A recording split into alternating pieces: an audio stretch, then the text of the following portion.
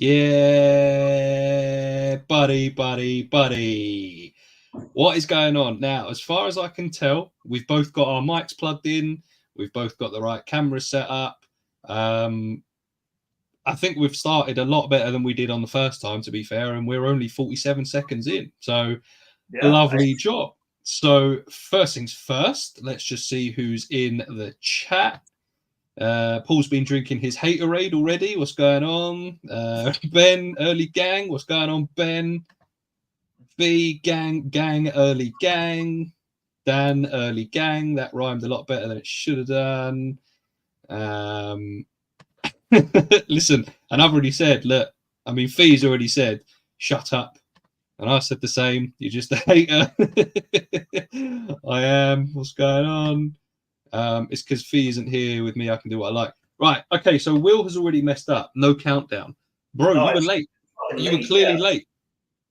I'm sorry, but, you know, he's already messed up. But Natalia, hiya. Nice to see you. Oh, wait. Wow. Straight into it. Oh, was there not a count? I'm sure there was a countdown. I saw the countdown, dude. I saw the countdown. Oh, God's sake. I saw it, bro. The music was playing. I didn't have a countdown. Okay. Oh, for God's sake. Haterade. Did it hurt to think of that? No, I've had that one for a little while. I just like using that. Brad's bioactive builds. What is going on? The man, the myth, the legend. I had a countdown. All right. So Fee had a countdown. Dan didn't have a countdown. And Will has just admitted that he was watching Mr. Beast. So didn't know he was 12 years old.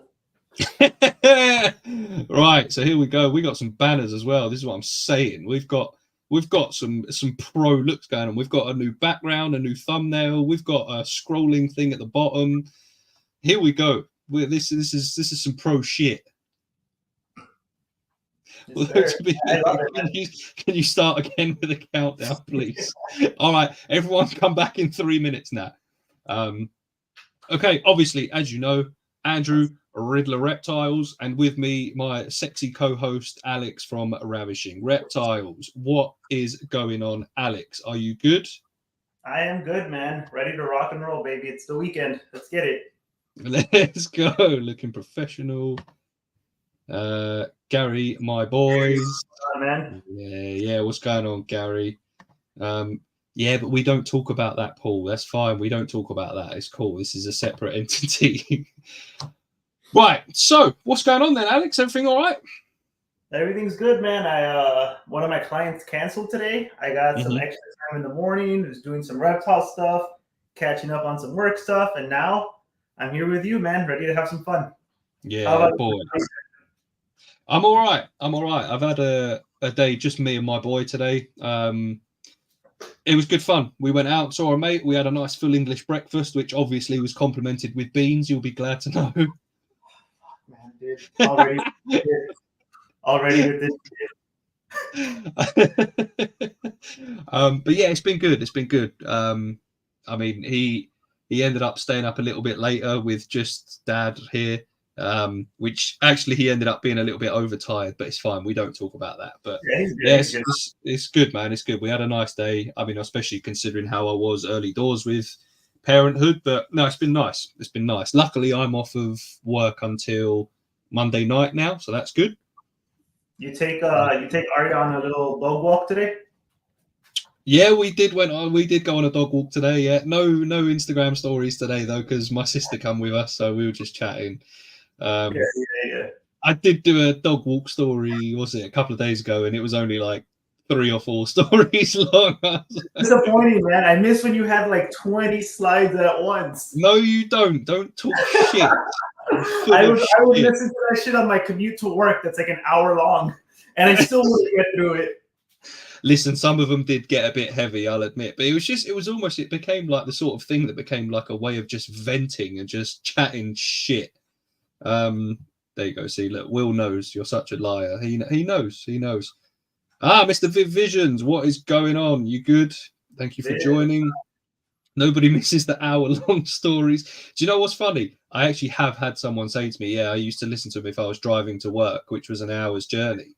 obviously it didn't take the whole hour, but it was like, yeah, it kept me entertained for like, shit. But it did occur to me, everyone that's in the chat and yourself, should I go live on my dog walks instead? Is that a good idea, or am I just going to look like a fucking idiot talking to my, like being that geezer that's out in public with his phone like that? Hey, how's it going? I mean, from what I can tell, you don't even. I've never seen anyone else on that little dog walk. It's usually just it's you. No one's gonna be looking at you, dude. You're like in a deserted area. I mean, I would say go for it if you get enough people to like watch it. But if you get like 2-3 heads on it, then probably just vent to your story because someone's actually listening to you. I wouldn't mind it. If I'm on Instagram when you go live, I'll tune in. But appreciate that. Jay is here. Thanks for joining, Jay. Ben has said yes. Viv has said no lives. Paul, no, it's a silly time. Yeah, I mean, to be fair, when I do the dog walks, it is when most people are at work. I will grant that, unless it's a weekend. But then sometimes I'm working weekends anyway, so I might get like 3 or 4 people tune in. So that's the problem. Oh no! All right, Gary's still not well. You are still an idiot in public recording stories. What difference does it make if it's live or a story? The difference, and I'll tell you why, because obviously it's a point that Alex has just made. He never sees anyone else on these stories, but that's because I do it a little bit more tactical. So when I'm doing it, it's when there's no one around. I'm doing the air, and then if I see people walking towards me or cyclists, I go. And I just carry on doing what I'm doing. That's why sometimes there's like 5 minutes between stories. It's not that it's uploading. It's because I'm waiting for people to walk past. But I'm the same way, man. You want to know something embarrassing? I have a thing about like recording myself in public. I just think it's kind of cringe. It's kind of I know like if we really want to like do this YouTube stuff, like we're gonna have to get better at it. But yeah, dude, I've been on that same thing where I'm like recording myself like saying something, and then if I see someone passing by, I'll act like I'm talking to someone like on FaceTime. I'll be like, yeah, bro, what's going on with you, man? Hey, good to hear from you again. Bro, see, but you're right. It's literally like, obviously we're trying to do the content creation thing and things like that. There's going to be times where we're going to be out in public doing it. We need to sort of lose that, I don't want to say embarrassment, but that feeling in your stomach of, what if someone sees me doing it? I don't know if you've seen, but there was a video recently and a guy was like, it's the first time he's ever recorded himself in public and he's never going to do it again. It was a guy on the train here on the tube. And but the thing is, he's an idiot for doing so. He starts recording himself. He puts his phone on the seat in front of him. Yeah, so it's facing him. And he's looking at it. And all of a sudden, this is public transport. And someone else comes along and just sits on the phone. Oh, God. And it's so funny because can you imagine the awkwardness of, sorry, mate, you just sat on my phone. I was recording myself in public. So you've always got things like that in the back of your head. But what are people saying? I don't mind the dog walks because Aya, she's the star of the show after all. I don't even like vlogging at home when my family are here. I've got better at it. Like the stuff at home and actually speaking to the camera when I'm by myself, I must admit I've got better at, because sometimes I know early doors I was doing it and going, this is fucking awkward. But yeah, it is quite funny. I feel like as long as you don't do it naked, you're good. Who cares what people think? And it may get people to ask what you're doing. And then bam, new subs. I think we've been through this before, to be fair. I don't like being naked. Now, we're less than 10 minutes in and we're already on the topic of me being naked. I don't like it. So that's not going to happen. I'm not like you, Gary. I know you like not being in clothing, but I'm not a fan. How bad do you want it? Here he is. The hype man is back again. Look at him. Dude, you gotta get yourself some business cards. I don't know if you have any. I don't. I have some. Dude, when I meet people at like reptile shows or anything like that, dude, just hand them out to anybody you mingle with. I've gotten some subs and followers like that, dude. I mean, I've got stickers. I know it's not the same, but they're more likely to like stick around and like engage with you. Yeah. I've got stickers and I handed a couple of them out at the first and only show I've been to, but apart from that, I'm going to vlog the Southern Reptile Show and I'm hating the idea of it. And that doesn't surprise me. I know you're not a big fan of things like that, to be fair. But fair play to you. I didn't realise you were planning on vlogging that. Just pretend you're recording and talking to the baby or dog. Yeah. Or the other thing I thought is that pretend I'm on FaceTime. Because I think I've done that before. I've been midway through a story and then like a cyclist come up and I'm like, yeah. Just don't care. Like I didn't have no shame in London. That's good. Do it, Paul. I'll come and flash behind you. That wouldn't surprise me. Mr. Viv Visions has got cards printed. Like I say, I've just got stickers, but Reptile shows paparazzi Paul. A little more like people in public toilets. But yeah, so that's where we are. That's our that's the introduction. I've also, whilst I've been sat here, I'm thinking about this new thumbnail that I've done. I think I need to put True Tales purely across the top. I'm a fan of the new thumbnail, but at the top it literally it just says True. So I think if I go True Tales across the top and then the bottom where it says, I think that's good. Are you able to have a different background and a different thumbnail? Yes. Yeah, so I would just make two because I think it would look ugly, like True Tales at the top as a thumbnail. Yeah, that's true. But I think for the purposes of like right now while we're live, yeah, do it. But I think keep the regular thumbnail. Yeah. This is a thumbnail, and then do a different one for the background on the thumbnail on the podcast. I'm going to do that. That's a good shout. But this is why we're ironing out the creases. Where can we get stickers? Natalia, send me a message on Instagram or something, and I can send you some stickers. And I'm happy to do so free of charge, of course, because you are a great supporter, and I appreciate you. I was going to DM you about that after, and I thought that as soon as it loaded. All right, so we're all thinking the same thing, so I'm going to change that. I thought it would, to be fair. Yeah. It's literally same here, but it was too late because it's funny because I said to you, I'll be on hopefully about 7:30. Bollocks, I was never going to be on at 7:30. And then you were like, I'll be on at 1:45. I was like, yeah, same. Nah, it's not going to happen. You're at like 7:53. Mate, the time blindness is real. Yeah, man. I operate on Cuban time. I'm in the States. I don't mind paying shipping. No worries. Drop me a message. All sorts of American, baby. Let's go. Riddler, I'm a sticker slut. Sweet. Let me know, Jay. Send me your address as well. My magnets are coming today. Should be awesome. Designing my own cage lock system. They each hold 110 pounds. No reptile is pushing through that. I tell you what, Gary, I'm really enjoying your build so far, and it's not even a YouTube thing. I'm just seeing like the updates, and it is sick. I'm buzzing to see that, so keep it up. Right, we're introducing a bit of a funny one for our opener. That's our introduction, and if you would all like to direct your attention to the new banner at the bottom, we've got an opening scenario. Who would win in this fight? Now, we're not saying between me and Alex because, you know, there's no point in even discussing that. That's an open and shut case. You know what I'm saying? No, right. So, Alex, you came up with this one. Do you want to introduce it? Yeah. So this scenario will feature one of the most iconic mammals of all time, one of the stars of Tarzan, the silverback gorilla. The opponent will be 5 chimpanzees. Yeah. Who are you taking in a fight to the death? The scenario, the habitat is just jungle with a decent amount of trees, but not so many where the monkeys can just climb up and escape. They're actually trying to fight. It's not, let the monkeys run for their lives. It's a fight to the death. The objective of both parties is the other one. So, they're going for it. Buddy? Right. Well, let's. And the audience can chime in too. I want to hear this. So we're saying 1 silverback versus 5 chimps. Yeah. Is that what we're saying? All right. Well, we've already got someone getting involved. Got to be the chimps, I think.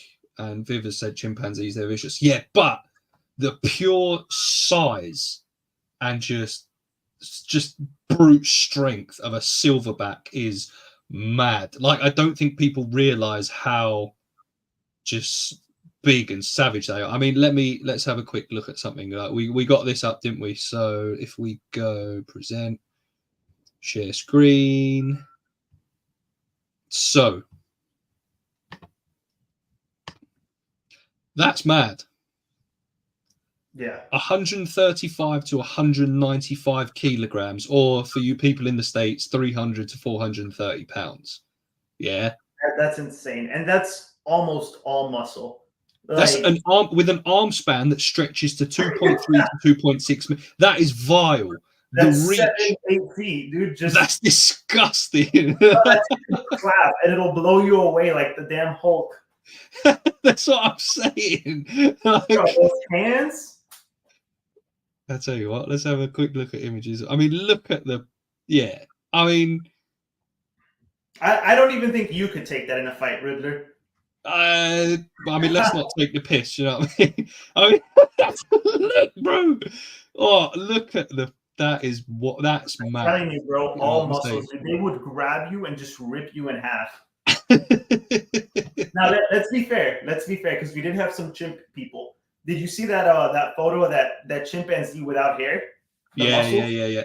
Yeah. Dude, that if you look up like muscle chimpanzee, you'll find it. And I do have the stats on the size of the chimpanzee. So chimps are considerably smaller, but they're still strong. They've been said to be some like highball estimates have them as like 2 to 3 times as strong as humans. Some more conservative ones have them about as strong as like an adult male. So yeah, so it's still a strong animal, but they're about 4 to 5 feet, 5.5 feet tall. So really not that much shorter than the silverbacks. But weight-wise, they're no comparison. They're 40 to 60 kilograms, and for pounds, that's between 88 and 130 pounds. So they're no joke either. But they're just not as big. That's why I gave you 5 of them. Yeah, bro. Yeah, I mean, that is just built. that thing will whoop a lot of like humans in a fight. Yeah, this is where the internet gets a bit weird. That's not really what we were after, to be fair. But beside the point, like the one that you mentioned and the one you sent me earlier on, mate, that is the definition on that is mad. I wouldn't want to piss that thing off, man. No, same. Right, so we've had some people asking questions about this scenario. This scenario, yeah. Let's have a look. So you've got Ben saying, "I think the chimps would win. They're savages." Paul has said, "Are they male chimps?" He said. I think we're going. Time out. So for any of these scenarios right now and then going forward in the future, always assume it's the stronger gender of the species, and not like the most extreme case, but a decently average size. So like the 5 average male chimps versus an average male silverback. Yeah. Cool. All right. The silverbacks are huge, but 5. See, 5 is wild. If you were to say 2 or 3 versus 1, that's a lot harder. I do think the chimps, as 5 of them, I think they might have it as 5. You don't think so? Dude, I don't think so, man. So I'm not saying it's impossible. I think if you give them like, let's say 10 fights. That ain't it, by the way. That's not. That ain't I think if you have 10 fights of this scenario, I think the chimps probably pull it off. I'd say 3 or 4 times out of 10. I would say most times I think the silverback wins, just because they would have to really work as a unit to pull it off. Like the silverback can kill the chimps, like one chimp that comes at it pretty quickly. Like, have you seen their bites? Yeah, dude, that thing gets you from like with its mouth, dude. It's got a strong bite force. Yeah. Like they would have to attack simultaneously, and I don't know what their moves would be to actually kill the gorilla before it can start wiping them out. Yeah, the gorilla will grab it and just rip their damn arm off. Yeah, see, the chimps will rip your arms off. Yeah. But that's a human being's arm. Not a gorilla's arm off. There's no chimp on Earth that can rip a gorilla's arm off. That's 100. What's the finishing move? Yeah, Paul's getting into it. Love that. That's another one. I do like that one. 100 people. I could deadlift the silverback. Are they males? If it's male chimps and the female gorilla. Well, yeah, the female gorilla wouldn't have a shot. I mean, she probably would, but not a good one. To be fair, you don't get female silverbacks, do you? I thought the silverbacks were always male. You get female gorillas, but I thought silverbacks were always male. Aren't silverbacks a species? No, I thought it was just like almost like the alpha gorilla, the male gorilla. I could be wrong. I feel like chimps are also more twisted mentally. Yeah, chimps are twisted, man. I wouldn't want to fight them. Chimps can peel your face off your skull. They think gorilla strength is unmeasurable. That would not surprise me. Like the strength of a silverback is mad. I don't see it, man. Like unless the chimps surround the gorilla, attack at the exact same time with one chimp grabbing each limb. So like you got all 4 limbs covered, and then you have like the 5th chimp just striking from behind, trying to gouge eyes out or something. Unless it's something like that, I don't see it, man. If they attack one by one, or even just a second off, bro, that's it. Dude, the gorilla's taking, as soon as one chimp goes out, the match is considerably harder because now it's just 4 chimps. Another one goes out, dude, now it's just 3 chimps. So realistically, I think if you think that the gorilla can just at least kill 1 or 2 of them, I think he kills the rest. Unless he's like already badly wounded by that point. You know what I mean? I just don't. If the first chimp gets like a lucky bite in or something like that before it gets like messed up, then quite possibly. I know what you're saying because, like I say, well, obviously you're talking 5 of them if they were to have like a technical plan about it. But if you were just to let them run wild and go at it, it might be a case of 1 at a time. They try doing this, but if the gorilla gets you, that's game. That's done. That's why I said the chimps have a chance. I just think the gorilla's gonna win more times than not. I'm not saying it's impossible for the chimps. I just don't see it happening more times than not. They will whoop any human in a fight. Yeah, right. Well, they'll definitely whoop Will's ass. That's for sure. But Will would get beaten by a badger. So let's not get into that. Imagine if we're about to get that strength from eating vegetables. That's scary to think. Chimps are way stronger than us. So you know what? I've fallen down a TikTok hole a little while ago. And bear in mind, the majority of my TikTok algorithm is reptiles. And for some reason, I started ending up watching like true crime cases and listen like the 911 phone calls. And one of them was literally a woman that was like, "Our pet chimp, I remember that, bro. Our pet chimp has escaped and he's already killed our friend, and he's you can hear him in the background, and you're just there going, that is mad." Like, imagine that. Chimps, but it's close, is what Will has said. Paul, chimps won't be calculated, but the pain threshold of these, they're tough, and they can take a beating. 5 male chimps all battle ready in the zone would fuck up a gorilla. I don't think it would be as simple as that. I don't think they're overestimating the chimps because they're tough. I think they're underestimating the gorilla, man. Yeah. I don't see it happening, man. I think the silverback would kill them one by one. Yeah. Dan knows. Yeah. It's like 4 Akitas versus a grizzly. Let's not. We'll get into different ones in the future because clearly I can't even keep up with the comments. So Will is saying they can't keep up, dude. The gorillas. So first of all, pretend my arms. Whoops, wrong way. Pretend my arms have an extra like foot on each direction, right? Dude, all the gorilla has to do is stand like this, just start smacking everywhere, kicking, grabbing, clawing, biting. Like, dude, he's got so much power, man.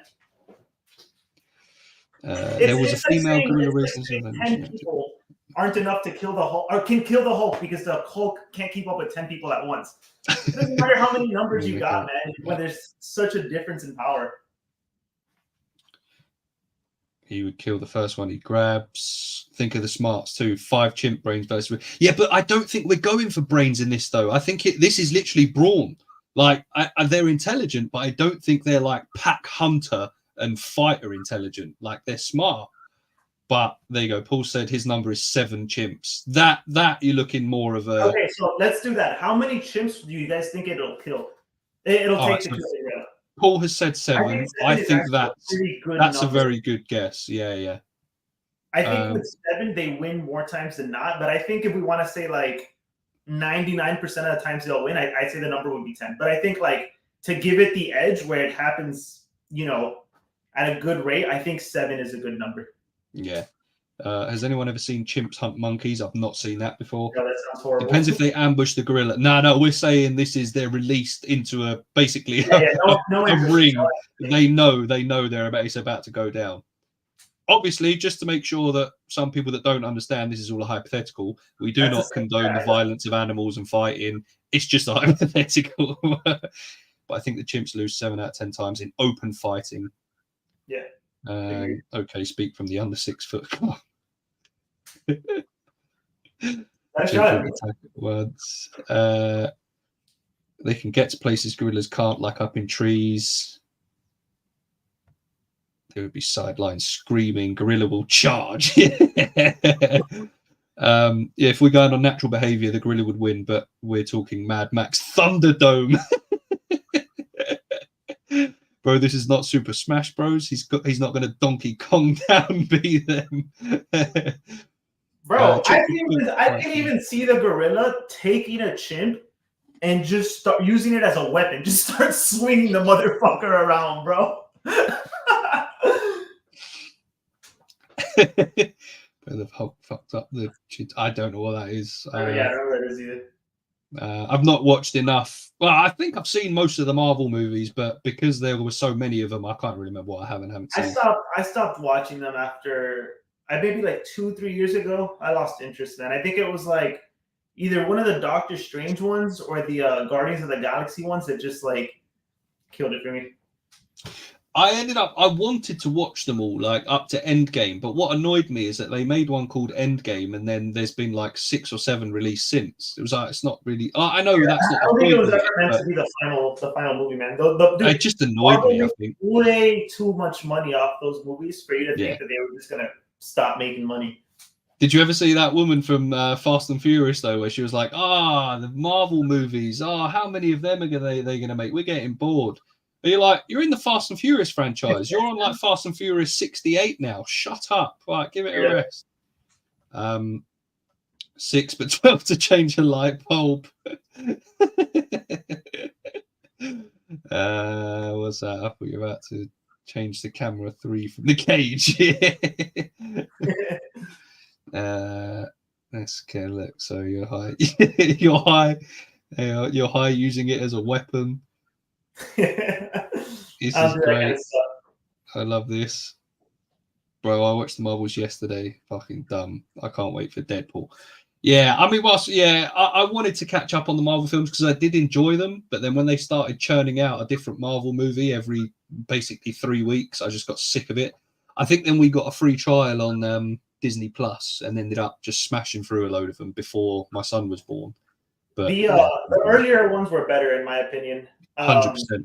Yeah. Like, dude, the first Iron Man, the one that kicked it off, dude, that's to this day, like, probably my favorite one, or like one of the best ones I think that they've come out with.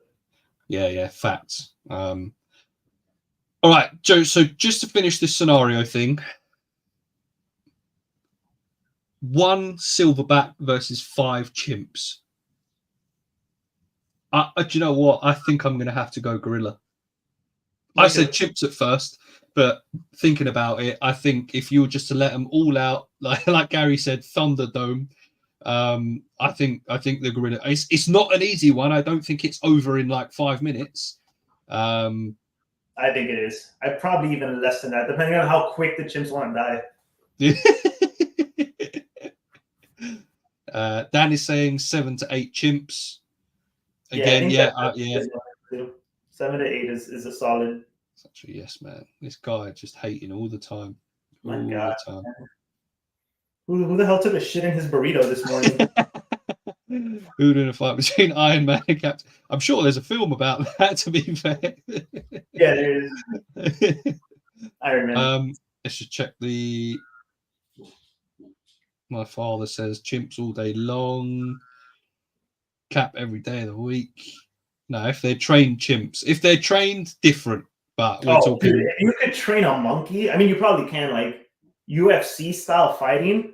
The chimps got trained. Yeah, he's saying trained chimps versus wild gorilla. I mean, the gorilla's still going to have that brute instinct, that just pure ferocity. But yeah, dude, I don't want to drag this on, but Paul just gave me an idea. Dude, imagine if it was untrained chimps versus the trained gorilla. Then I think it takes like 12 chimps versus like a UFC trained gorilla. UFC gorilla?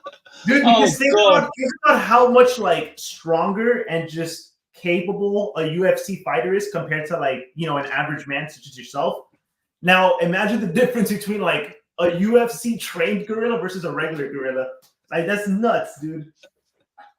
I love it. UFC trained gorilla. I mean, it's a scary thought. I'm certainly not entering that ring. I mean, I wouldn't want to enter the ring with a wild gorilla, but right, you'd exit that ring out of the gorilla's ass, bro. You'd exit that ring as shit. And they don't even eat meat, bro. Conor McGorilla. That's good. Conor McGorilla. Very good. Very, very good. Yeah. All right. I enjoyed that. That's that was a good idea. If they're wild, the chimps lose. If trained, the chimps win. Yeah. That's what you said. Yeah. Right. Anyway, on to the next thing. So here we go. Let's get into the reptile side of things. So today, our first reptile discussion is we're discussing the worst beginner reptile. Now, obviously, we've gone for beginner in quotation marks because the idea of a beginner reptile is changing by the day. Obviously, back in the day, you'd have said bearded dragon, leopard gecko, crested gecko, corn snake, royal python. But it's starting to get to the point now where people are going, well, they're actually a lot more finicky and advanced than people give them credit for. Because for a long time, it was a case of bearded dragon, put it on some sand, give it some lettuce, overhead heat, jobs are good, and that's it. Yeah. It was only about 3 or 4 years ago that the reptile shop near me was still telling me that it needs to be 0% humidity and don't even put a water bowl in the enclosure. How the hell do you even get it to 0% humidity? Is that even possible? That's what I'm saying. Or not zero, but like they were saying as close to zero as possible. Like they were literally like, yeah, they'll get all of their hydration from the lettuce and things like that. That's so crazy. And yeah, and I was a noob. I was like, oh, all right. Well, the reptile shop owners are clearly telling me, you know, they've had experience, so I won't even put water in the enclosure. And then you start digging a little bit deeper, and it's like, no, you want 30-40% humidity, and then obviously a little bit higher in some sections when they're shedding. But right. A lot of the time, people don't even look at that. Like they'll see, for example, they'll go, oh, they're from Australia. That means straight heat, no water, no nothing. It rains in Australia as well. Yeah, not only that, but there's different, like when people think of like, okay, they come from this specific part, they just imagine like one thing, you know what I mean? They don't really think of like the different seasons that area could go through. They don't think of the different microclimates. They don't think of like any of that. Like you said, like they think Australia, they just think, okay, it's hot. And that's about like as far as it goes. I think it's a lot more complicated than that. Well, to be fair, this is a good point. Beginner species is a shit idea anyway. Just harder to kill is the scale they use. Yeah. Which one is hardier? Which one has to go through more before it dies? It's like, which one can a child maybe keep alive? Which is why they look at leopard geckos, beardies, things like that. But there you go. That's also a good one. Savannah monitor. Yeah. Oh, which monitor lizard should I get first for my beginner monitor lizard? Get a Savannah, you'll be all right. And then it's just fat. I saw one recently on Facebook. This person had said, I'm looking at doing some research. I want to get a Savannah monitor or Boss monitor, whatever you want to call it. You know, what sort of temperatures, what do you feed them, blah, blah, blah. I'm going to start off with this size tank. Real talk, someone apparently was trying to help out and was like, here's my enclosure and here's my boss. He's a big boy. When I tell you this, let me see if I've still got the picture of it. This was one of the fattest lizards I've seen in my entire life. And usually I'll just scroll on by. But I didn't send for the person. I wasn't like, you're a piece of shit keeper, blah, blah, blah. I was just like, look, I said, it's all well and good, but your boss is overweight. You need to be a bit more careful. There we go. I found the picture. Because this person was trying to give advice. Now, I understand people are trying to help and things like that. But when your monitor lizard... Hang on. Is it going to work? Hang on. Bro, this sucks. Hang on. What the fuck is that? I don't think it's going to work. Oh, there you go. Yeah. No way. Yeah. This person was trying to give advice on what to feed your Savannah monitor. Bro, even the tail, dude. Yeah. And I was like, look, I said, I'm not having a go. I don't want you to think I'm being out of line, but I just want to let you know that your monitor is, because obviously if I go in all guns blazing, you're a piece of shit and your animal's going to die. They're not going to listen to you. They're not going to listen. Whereas I went in quite friendly and blah blah. I was like, look, you need to be careful. And he was like, oh yeah, this is after he just had a couple of chicks. He's usually a lot slimmer than that, and he won't get fed for a few days. And you're like, stop trying to justify it. Like, again, I wasn't out of line because I know on that you can, things can be taken out of context very easily on social media, and obviously reading something it can come across worse. So I was nice about it, but like I say, usually I'll scroll on past, but that one I just saw it and I was like, mate, that is mad. That's inexcusable. And the thing is, by the way, I agree with Paul. Yeah, I think so. I don't necessarily think that we shouldn't use that term. I think it's fine to use it as a guide. Like, because people aren't going to search up like hardest reptiles to kill. They're just going to search up beginner reptiles. But I agree, like the way it's classified, it just tends to be like tuned in for Pookie. Oh, man, dude, I knew you were going to do it. You fucking bitch. I hate this shit. Sorry, go on, carry on. Come on, Pookie. Sorry, Alex, go on. Anyway, I think I agree with Paul. Like, that's the way it's classified. It's just like, what species can you probably put through the most and not kill it? That being said, I think as far as this guy's lizard, he's lying to your face, man. That was definitely not after just a few chicks or whatever. And the fact that he's like saying that he knows he's lying. It's just like they know their lizard is fat and they're kind of ashamed of it. You know what I mean? Instead of like defending it, they're like, oh no, he doesn't normally look like this. Like, dude, stop feeding the damn thing. Like, it's really not that hard to get your animal to lose weight. So for example, my crested gecko, there was a period where she was like looking a bit chunky. I was overfeeding her because I have to manually feed her because she's picky. She doesn't like to just eat by herself. So I take her out and I feed her.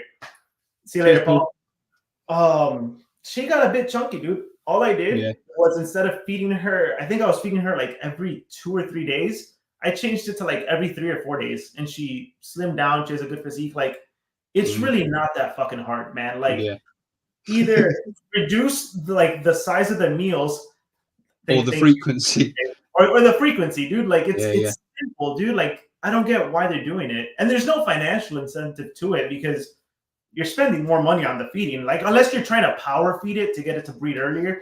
But that's which again is a dick move anyway. You're shortening the lifespan of your animals because you need to make some fucking money.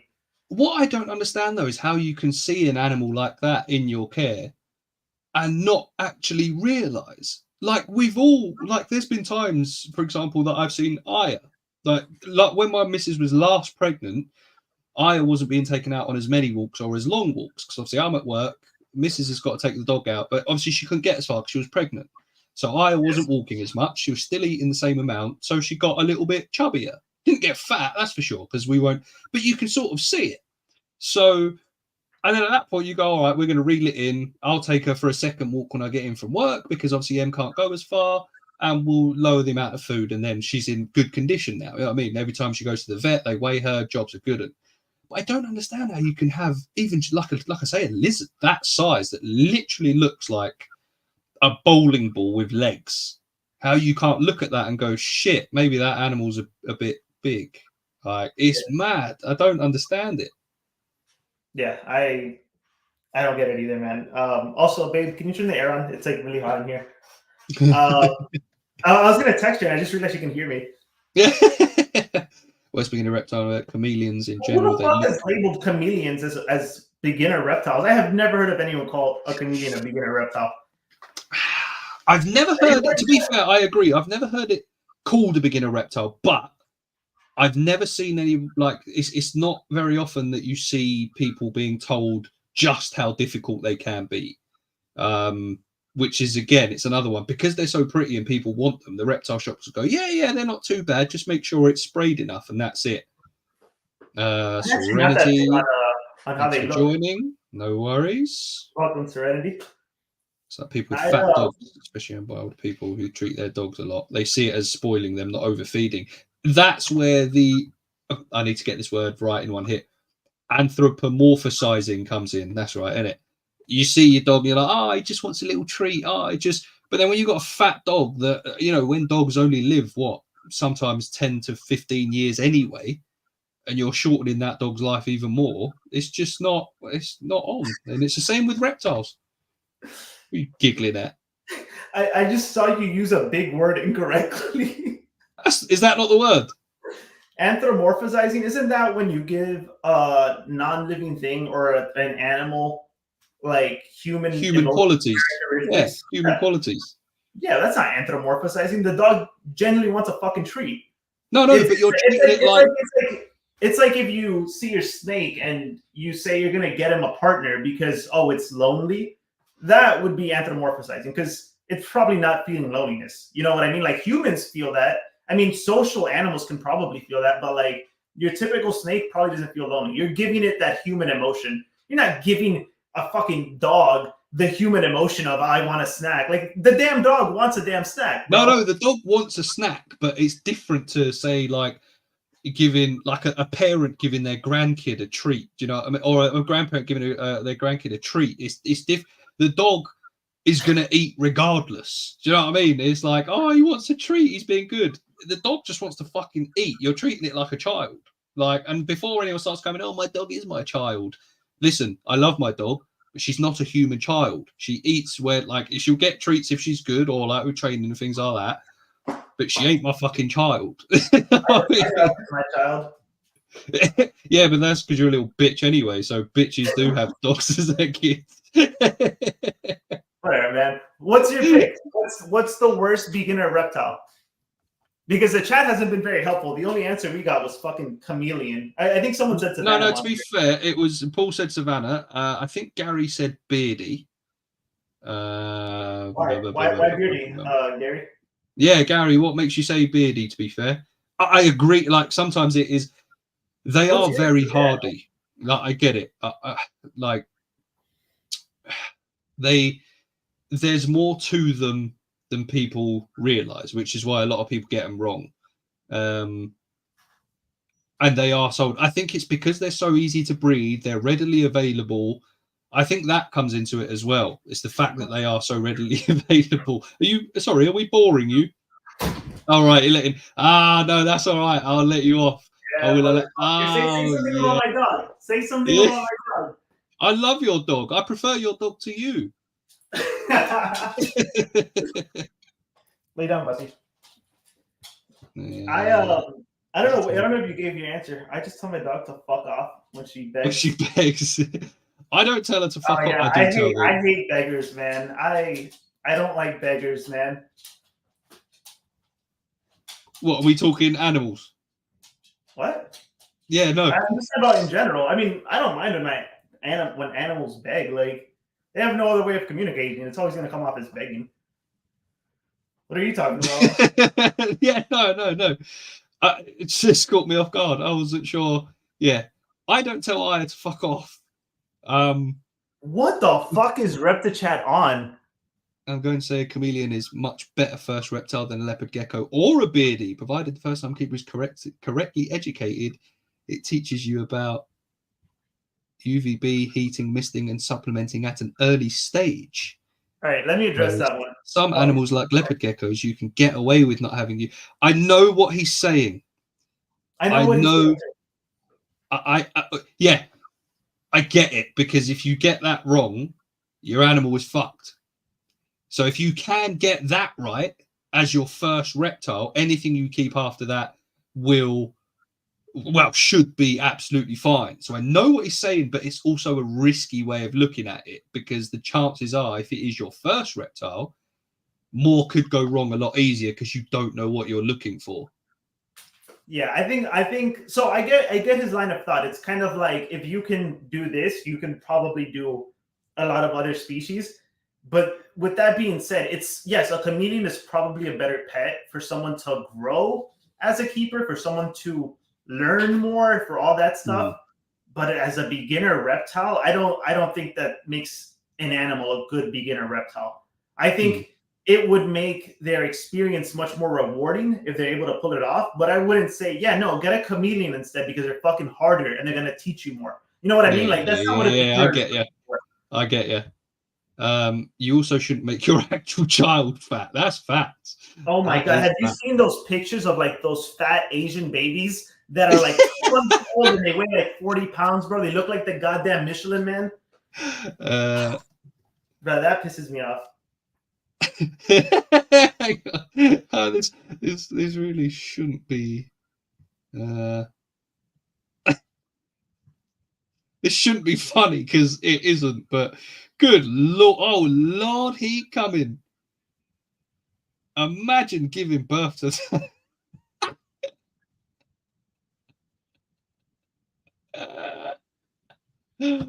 Oh Christ. I'm not gonna attack the child, but the parents should be fucking jailed, man. That is it's not the kid's fault, bro, against the poor damn kid. Unless the kid was born with like some kind of disability that makes him obese. Dude, a lot of the times I've seen the parents do it because they're like, "Oh my god, it's so cute," or they do it so they can like get TikToks and reels off and shit. Yeah, money is poison, man. Money is poison. Yeah, but it's what we're all aiming for.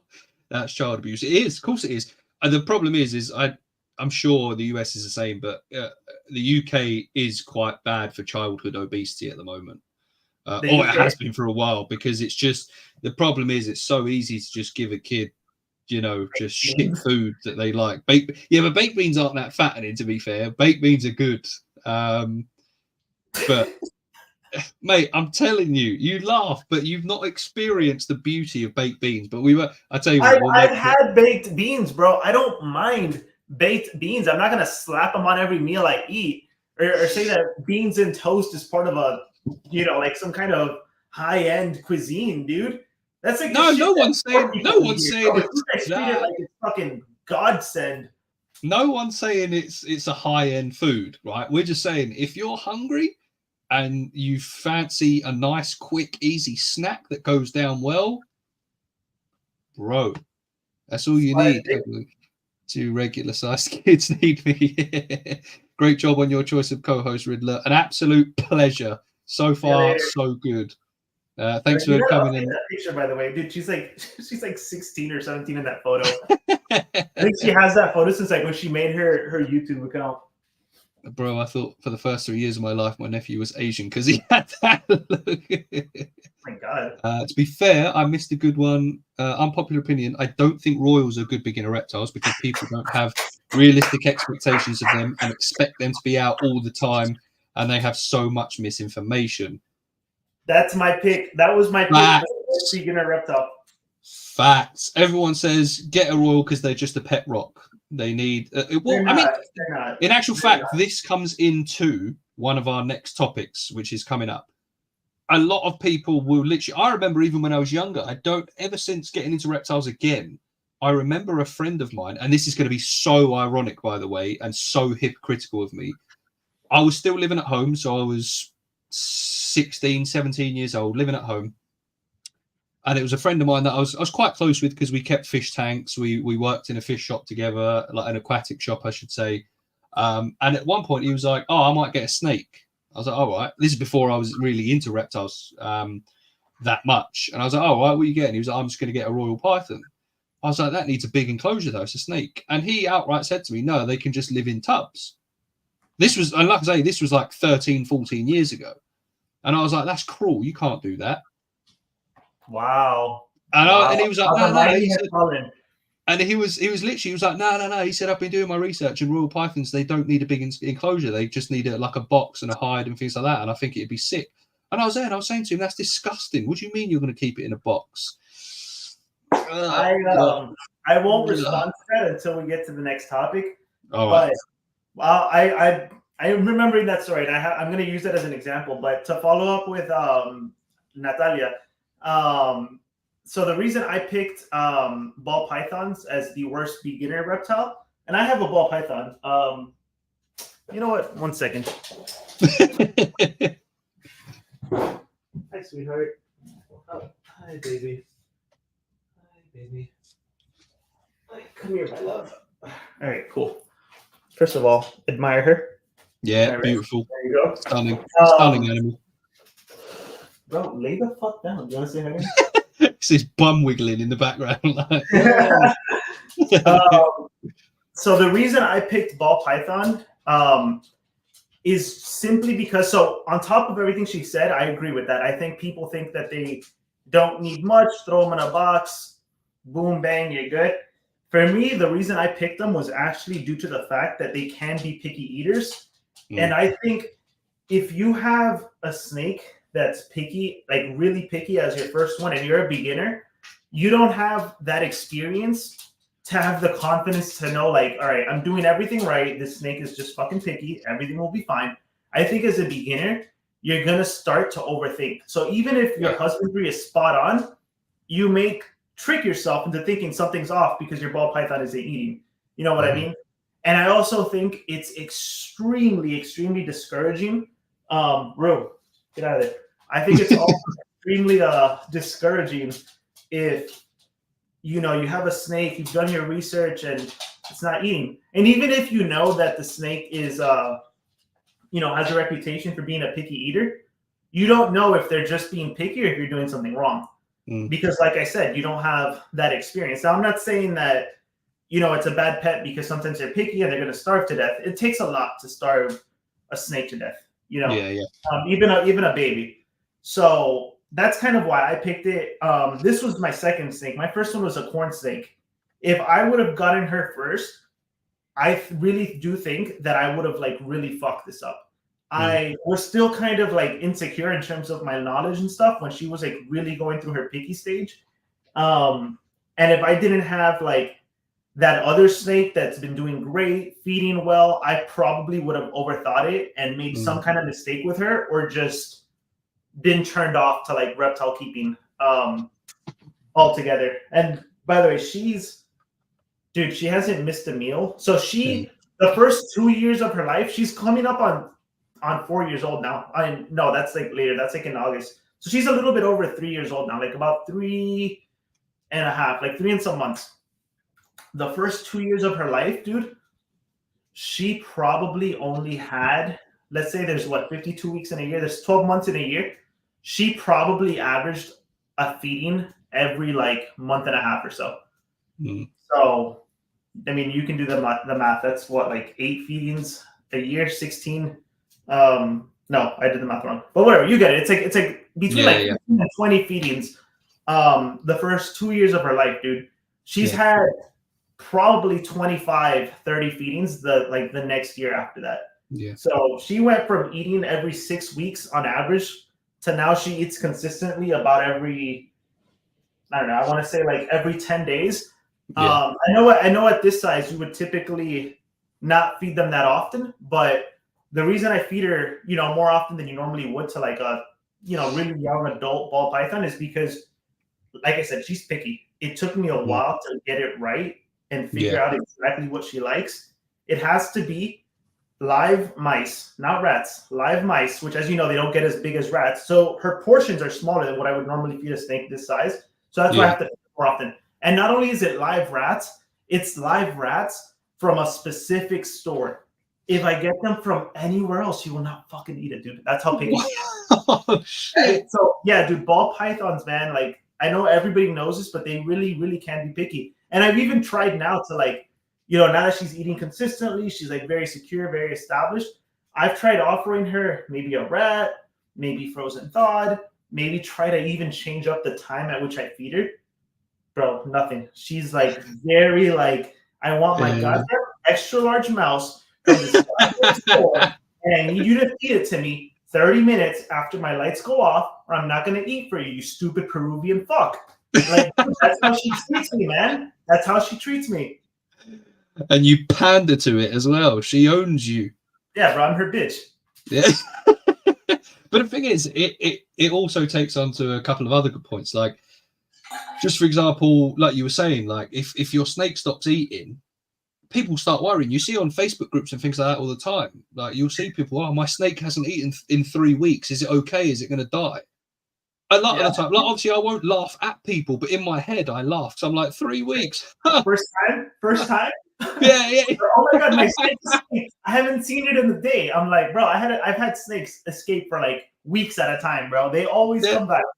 Yeah. And it's It'll be like fine. it's just true. It's just like I've had a snake. There was one of them. I think she had a hunger strike for 6 or 7 months.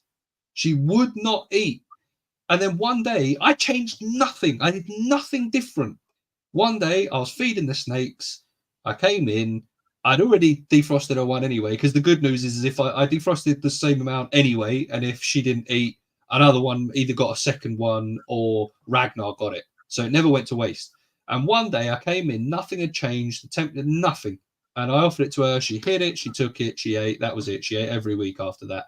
But she hadn't lost any weight. So that's the good thing. Like, obviously, that's the way to look at it. It's a case of, right, my snake's not eating. Are they losing weight? No, don't worry about it. It happens. But we know that through experience. And how often is it that someone goes into a reptile shop and asks for a royal python? They go, oh, yeah, and just so you know, if they don't eat, they're absolutely fine. Because it could almost be looked at as bad advice. So if your animal's not eating, don't worry about it. Yeah. It's not as simple as that. Right. But because human nature tells you, like, all right, dude, like, you got to eat to survive. Why are you not eating? Yeah. What is going on? Yeah, literally. And that's what it comes down. Because if your dog goes a day without eating, you're terrified.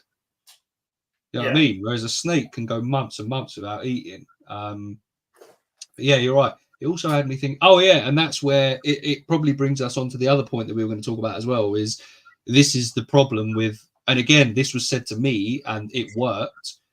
Your snake isn't eating because it feels too exposed in a vivarium or an enclosure, whatever you want to call it. Put it in a rack, put it in a box, give it a week and it'll eat straight away. And unfortunately, it worked.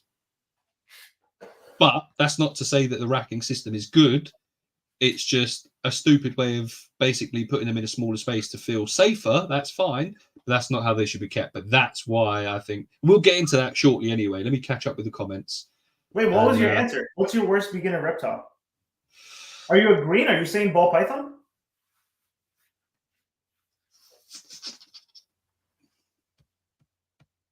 Do you know what? I'm actually gonna say beardy. Why? I don't understand why you guys are saying beauty. Because did Gary ever explain himself? Well, to be fair, Gary changed his mind and said Savannah monitor, same as Paul, which to be fair does make sense. I think a beardy is a bad one because, like I say, because most people go, yeah, they're a desert dwelling species, keep them on sand, and then that's it. And then they're just like, yeah, that's cool. Just feed them lettuce and bugs and that's it and things like that. But there is more to it than that. It's not a case of it's a desert species, keep it dry. It's a 30 to 40% humidity. They need fresh water. It's calcium dusting. It's not too many bugs or they'll get fat. It's, there is a lot of misinformation on one of the apparently easiest species to keep. But again, I think it is because they're so readily available. I think that's what it is. They're so easy to breed. $40 here. Huh? You can get them for like $40 here. Exactly. Wait, mate. When we went to the reptile show last year, you had the normals, like the standard beardies, literally, like you say, 30, 40 quid a beardie. It's mad. It's mad. And in actual fact, and then obviously going back to the royal python or ball python thing, there were some at the show that were going for £10 at the end. It was coming up to the closing time. And obviously, where people wanted to shift animals, £10 for things like normal cresties and normal, royals and things like that. It's madness. They don't care if that animal's going to, they're not going to be there going, have you got an enclosure set up? This person's going to go, oh, go on then, tenner for a snake. I'll sort out the enclosure when I get home. Yeah. Mad. Yeah, dude, I agree, man. I agree. So much misinformation about them out there that it's hard for folks to get on the right track. And you end up with lots of royals being stressed out because they don't bite, just curl up. Yeah. Just curl up so kids walk around with a balled up, stressed out, a balled up royal, stressed out to their mind. So it's hard to see. Yeah. I did exactly the same thing, Riddler. Then all of a sudden I had 40. Ken, Mr. Visions is saying that his ball python's prettier than yours, by the way. I'm going to leave that up to you two to decide. It's my ass. You feed live. Don't forget, Ken, he's out in the States, so they're allowed to feed live. I tell you what, I've got a question for you. You guys aren't allowed to feed live? No, we're not allowed to feed live. It's not. I think What? it goes against animal rights standards over here. And I think the only, Damn. if I remember correctly, the only time you're ever allowed, this is allowed. So people do it. I do know that, but you're not allowed to do it. Yeah, people. Oh, hang on. We are allowed to feed live. I thought it was against the law in the UK. I was under the impression it was against the law over here. Ah, right.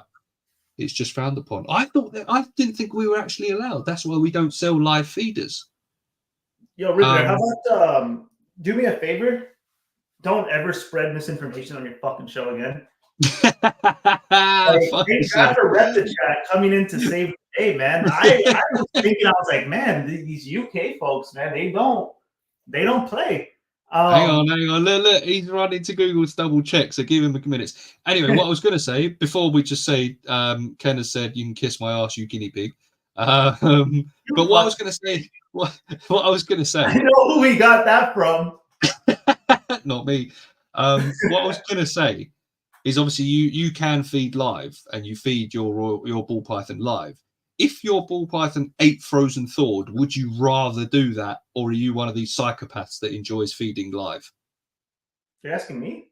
Yeah, I'm asking you, bruv. Who else am I asking? I'm not asking. No, dude, my ball python is the only snake I have. 1, 2, 8, 9, 10, 11. Dude, I have 11 snakes. 10 of the 11 eat frozen thawed. The only one that eats live is Merlin, my ball python, and it's out of necessity. I always prefer frozen thawed. Yeah, always. All love Viv, all love. But yeah, no, it's just my ball python, and it's just purely out of necessity. I don't think there's a good reason to ever feed live if you don't have to. All right, good, because there are some people. I've had people when I used to do feeding videos of frozen thawed rats. People would genuinely comment and be like, "Why aren't you feeding live?" And the first thing I'd say is, "Well, A, I can't, and B, why would I want to?" And people are like, because that's the most exciting part. You're like, come on, bruv. Don't be a psychopath. If you want excitement, go join the goddamn army and go get fucking shot and killed. If you want to enjoy seeing another animal get killed, I always walk away after I feed my ball python. I throw it in, close the door, and I don't hear anything, dude. Because sometimes I'll stick around. It sounds bad, bro. Like hearing the strike, the little yeah. I don't get how people can get any sort of satisfaction out of that. You know what I mean? I know the snake's got to eat, fine, and I know that's what they eat in the wild. They're not fed frozen thawed, but we're not in the wild. We're able to control these measures and basically make sure an animal isn't going through pain and suffering, is already dead, and that essentially it can't harm the snake as well. Because if the snake don't eat it straight away, that rat or mouse can hurt the snake. It happens a lot.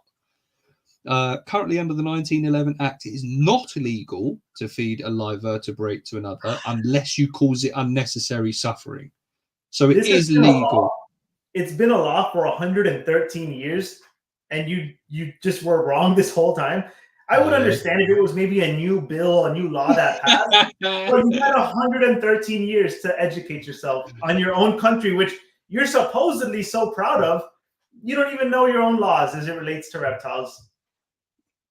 Yeah, but I'm the sort of person that learns as I go along, which isn't the right thing to do. But listen, it is what it is. I've learned something new. You know what I'm saying? I'm still not going to feed live. But like I say, the fact that I had people being like, oh, why don't you feed live? That's the most exciting part. I'm like, are you a fucking serial killer? Give it a rest. Yeah, that's some weird shit, man. I don't mind live feeding if the feeder is properly looked after, if the snake doesn't eat it right away. No need for the feeder to be treated badly just because it's food. Yeah, facts. Again, like you say, with your snake, the fact that it won't eat unless it's live, that's different. Your snake has to survive. It has to eat. Yeah. That's different. But I think if you're given the choice, if your snake eats frozen thawed and you choose to feed live, I think that's fucked up. There's no reason, dude. There's generally no reason. It is a common belief that it is illegal here, hence why it's so frowned upon. But frozen thawed is better. Yeah, I was under the impression that it was illegal, but I stand entirely corrected. So thank you, Ben. Appreciate that. I tell you what. So let's use this as a segue into the next topic. Why do so many people justify rack systems for snakes? Well, again, we've already struck on a couple of bits. A lot of it is they feel safer, they eat better, they don't need the space and things like that, which, as we all know, a lot of that is bollocks. So take it away. You start, because obviously I've been waffling for a little while. So why do you think so many people justify rack systems? So let me be clear. I'm talking specifically about ball pythons. I'm not talking about, other animals that it's more than enough for them to be in a rack. I'm talking about, a 3, 4, 5 foot ball python in a little tub, right? Yeah. I really, really think that the reason so many people justify rack systems is because they have to. So, unfortunately, a lot of people make their living off of reptiles or animals in general, right? I'm not here to knock anybody's profession, but I really don't think, like, if you're in a spot where you need money, I really don't think that you should look towards animals until you've exhausted every other option. You know what I mean?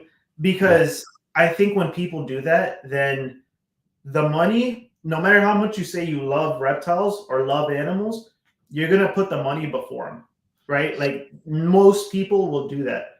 That being said, typically, if you're going into this hobby or you're getting into it because you need the fucking money, you need to, for some reason, like, make your living selling your animals, which, again, there's nothing wrong with it if you're doing it right.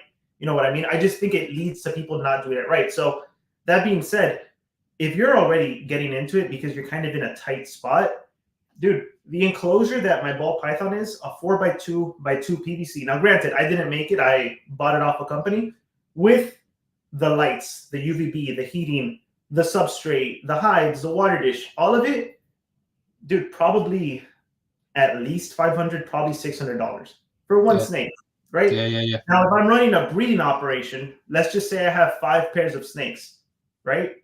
Dude, you're looking at what, $5K if you're going to give each of them a 4x2 by 2. So people aren't going to do that. They're going to say, okay, well, I'm fucking can't afford that shit. Rack systems. So they've in their head already decided, I need to go with a rack system. First of all, it's gonna cost me a lot less. It's gonna take up less room in my house, which means I can get more ball pythons and therefore get more eggs and therefore make more money. Exactly, dude. A rack with a rack with 30 tubs probably takes up less room and money than just 10 regular like vivariums, as you guys like to call them.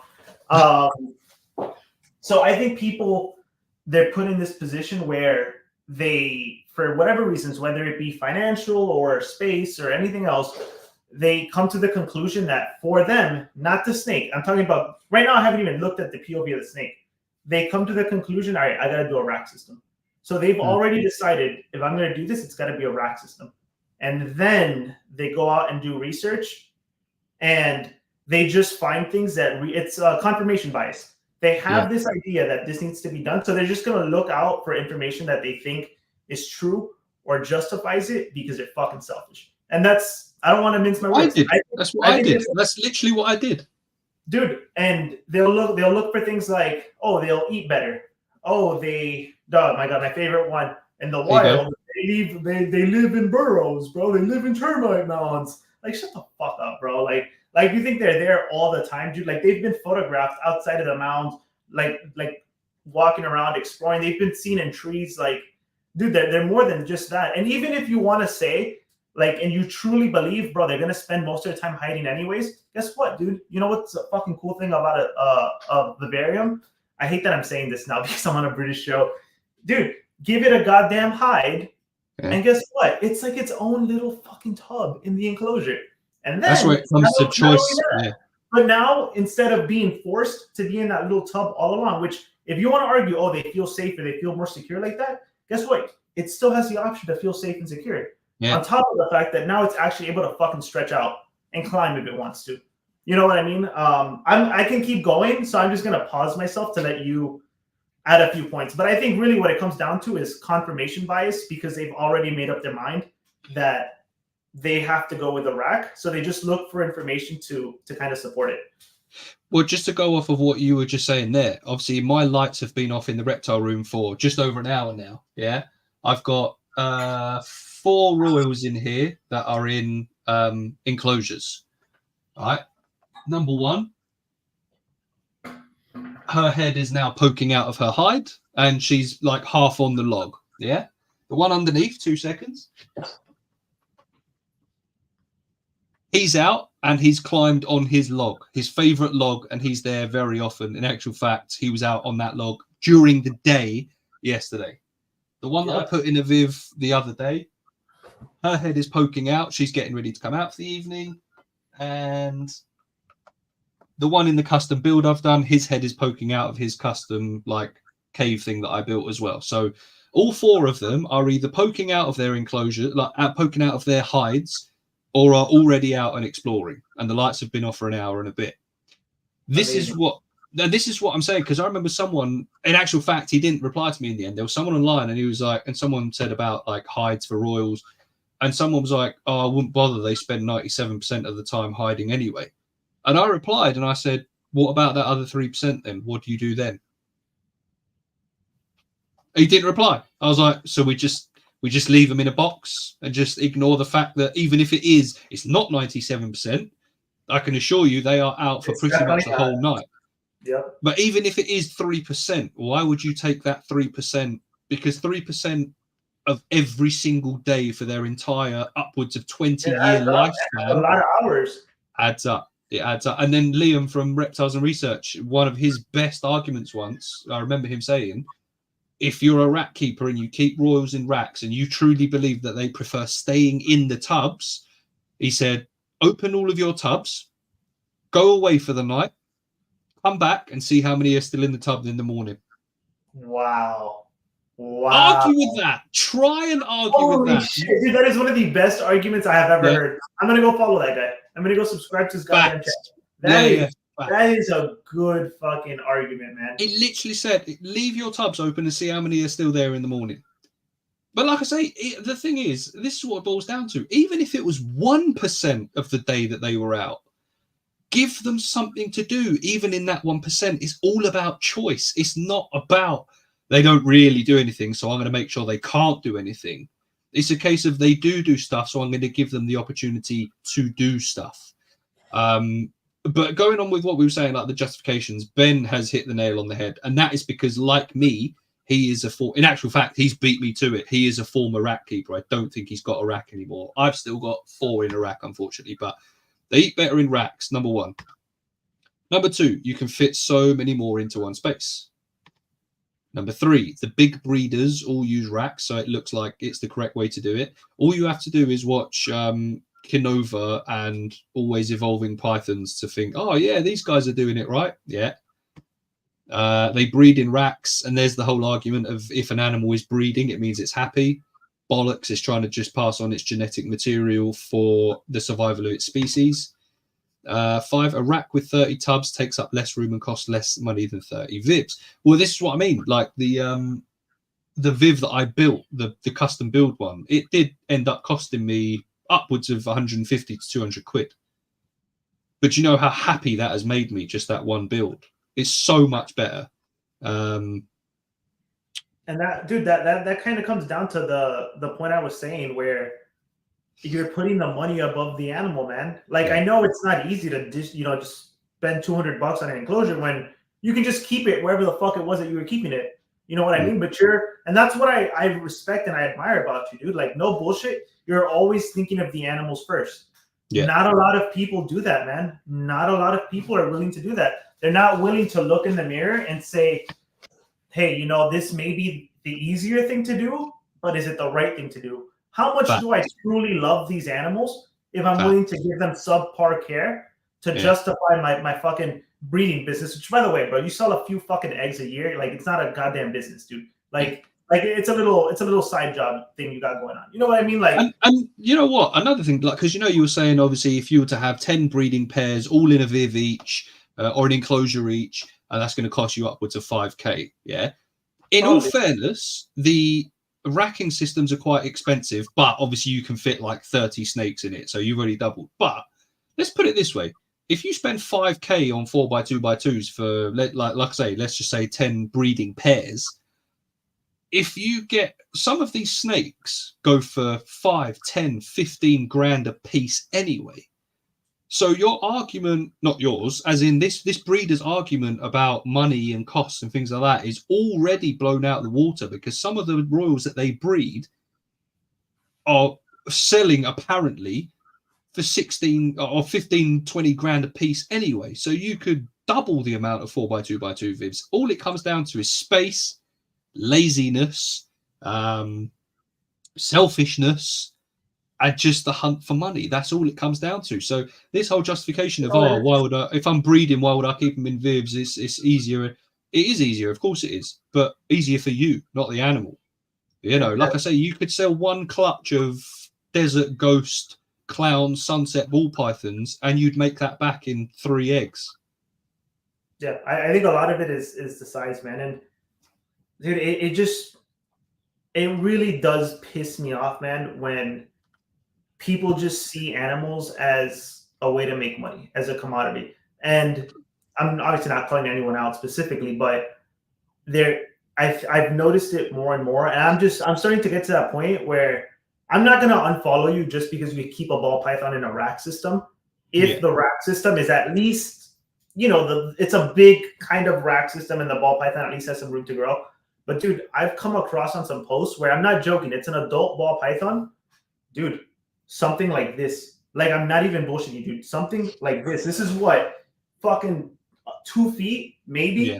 Like 2 feet? Dude, think about it this way. If it was a fucking, would you ever tell anyone or a pet store, like, yeah, bro, that ball python, when it grows up, you can keep it in a 20-gallon.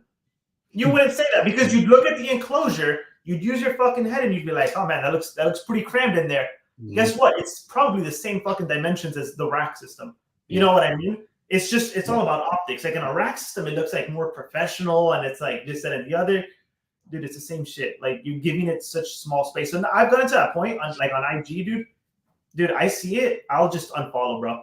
Like, I'll just unfollow it. Like, I'm cleaning my shit up a bit. Again, I'll still, you know, keep the ones that are at least making an effort to make the rack systems as like comfortable for them as possible. But dude, now my feed is like, it's honestly like, it's making my personal like experience on Instagram, I know this is a bit off topic, more enjoyable, dude, because it would generally like fucking depress me, dude.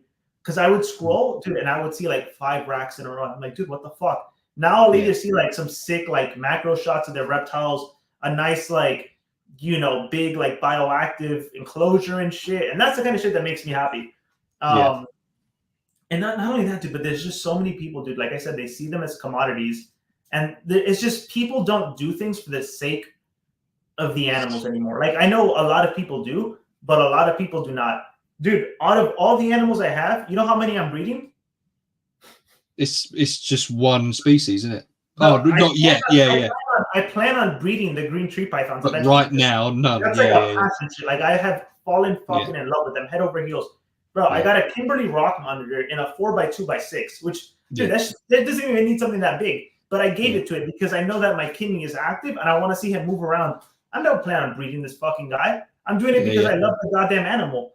I have 3 4x2x2s stacked together, 3 snakes, no pair, no anything, just for the love of the goddamn animals. Bro, this wall behind me, bro, I'm not breeding anything here. Like, this is just an individual. It is a sick wall. For a fucking boa constrictor, my red-eyed tree frogs, my leopard gecko, my crested gecko, and then here I do have the green tree pythons. But I was gonna give them that anyways, whether I planned on or not. Like, people just, they don't do it for the love of just having the fucking animal in your house, being able to admire it, being able to interact with it. It's always, oh yeah, I'm gonna get into this species because I'm gonna get it. Dude, it's always, I want to get a pair of this. I want to get a pair of that. It's like, dude, why does everything fucking revolve around breeding with you guys? Like, it's a pet, dude. Like, just enjoy it as a fucking pet. Again, there's nothing wrong with breeding. All of my animals are captive bred, right? We need breeders, but everybody is just doing it now where it's like, dude, just enjoy the fucking animal for what it is and stop looking at it as a goddamn cash cow. Yeah. Well, it's like me. I've got a female tokay gecko in a 2x4x2. That's a big enclosure for one. And so it's 4 tall. Tokay, yeah. So it's 2 wide, 2 long. I'm 4 tall. That's another custom build that I've done. And she gets lost in there. Like there's times that I go in, I'm like, are you still in here? Because she's a big gecko, don't get me wrong, but when she's this big and she's in a an enclosure that size, there's days that I'll go in there and I'll go, fuck. And luckily, like her food dish might be, it might be empty. And I'm planning on hopefully at some point in the future having a male gecko to obviously put in there with her. But this isn't me saying I've got a breeding project that I want to do, that I'm going to do it because I want to sell it and blah, blah, blah. I found out that, and actually this was Paul that told me this because I didn't know this, that obviously they pair bond and they raise a family together. Like as in the Tokays raise a family. That is sick. That's cool, is fucking sick. So if I didn't know there, I would assume that they just eat that damn babies because they have such a crazy appetite. No, they'll basically have a family unit. Like it's been seen in the wild that the adults will go and hunt for like insects and things like that and bring it to the babies. Mad. That's and so that's what I want. I think that'd be sick. Like he's going to go in obviously the big enclosure, and there's going to be 2 of them in this giant enclosure. And if they breed, they breed. If I come in there one day and I see babies, that's going to be sick. If they don't, who gives a shit, dude? You have 2 awesome geckos, and that's what I like about you, dude. Like that's the way I see it, man. That's just the way I see it too. And I get you on the Tokay disappearing, dude. They're pretty good at like hiding when they wanna.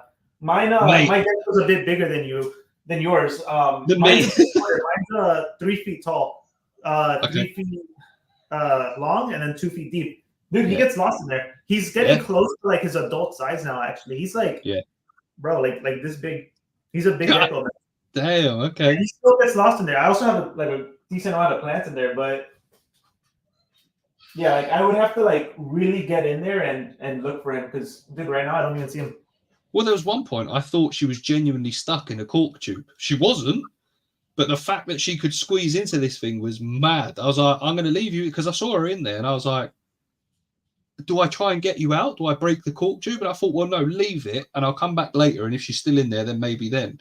I came back 2 or 3 hours later, and she was actually out basket. And I was like, all right, you weren't stuck. That reassured me. But it's mad, like the crevices and stuff that they can get into. But I love that enclosure. And like I say, I would like for them to be a pair bond and to have babies. I think that'd be sick, especially now that I think Tokay's CITES listed, so they're not getting imported into the UK anymore. Fine, that's cool. That is sick. But if they don't breed, they don't breed, and that's fine. That's absolutely fine. In actual fact, I think the only other thing that I would love to have, which again is purely because of how interesting it is garter snakes, and to have them because they can live communally, and again they're live bearers, so they give birth to obviously live young. How sick to come in one day and just find little noodles fucking in that viv. That'd be sick. And again, there's no monetary, because the thing is, these animals that I'm looking at getting and not breeding on purpose, there's no monetary gain. If I sell a Tokay baby for 70 quid, that's not even a weekly shop.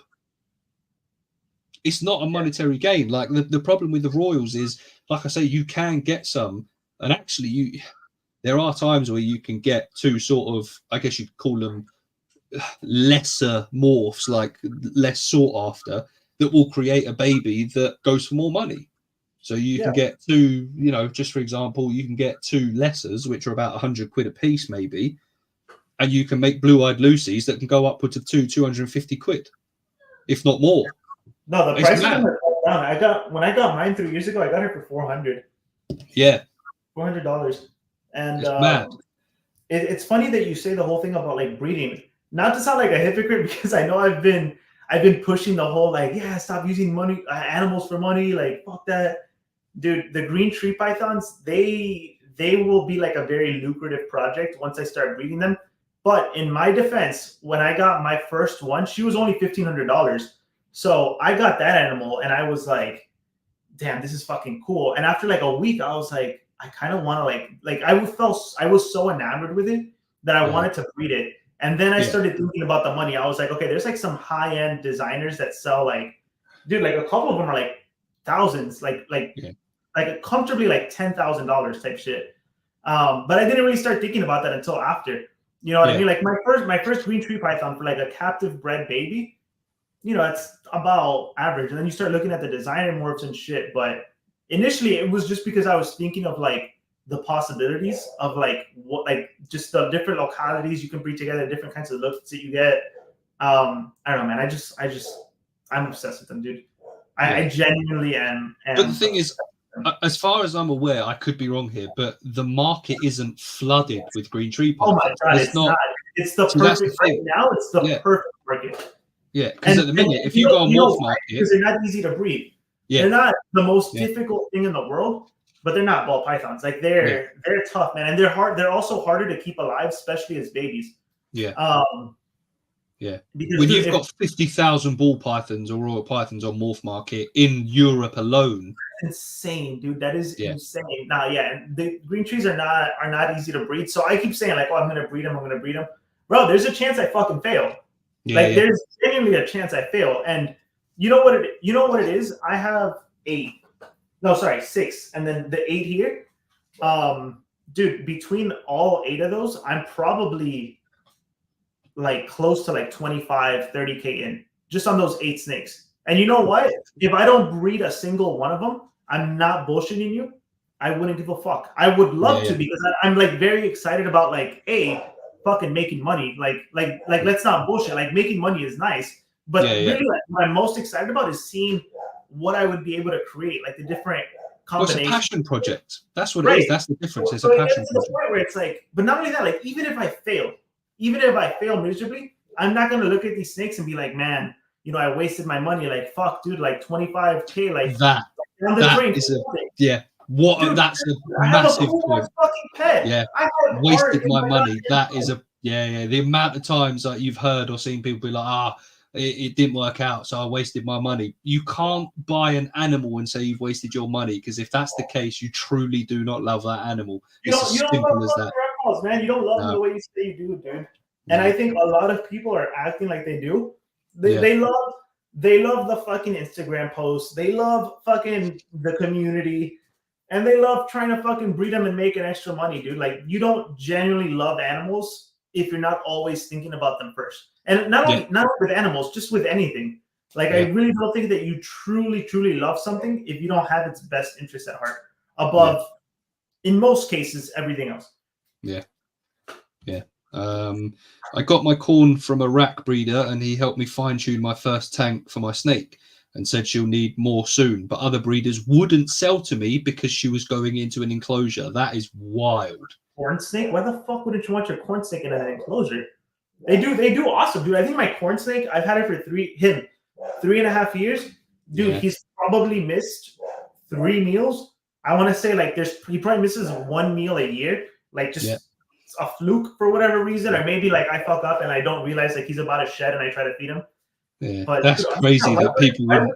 Why would you get mad at somebody for trying to give your snake, like the snake you produced, a big home? Crazy. My mangrove enclosure I'm building is going to become my ball python's new upgrade when it's time, and that is one hell of an enclosure. I've seen the majority of it and it's sick. Right, I am catching up on comments now because we've missed a few. How's the Viv going? All good. She's one of the ones that actually she was poking her head out. Is she out now? Yo, Riddler, I'm gonna refill my water bottle. Yeah, go on, mate. I'm gonna carry on going through comments while you do that.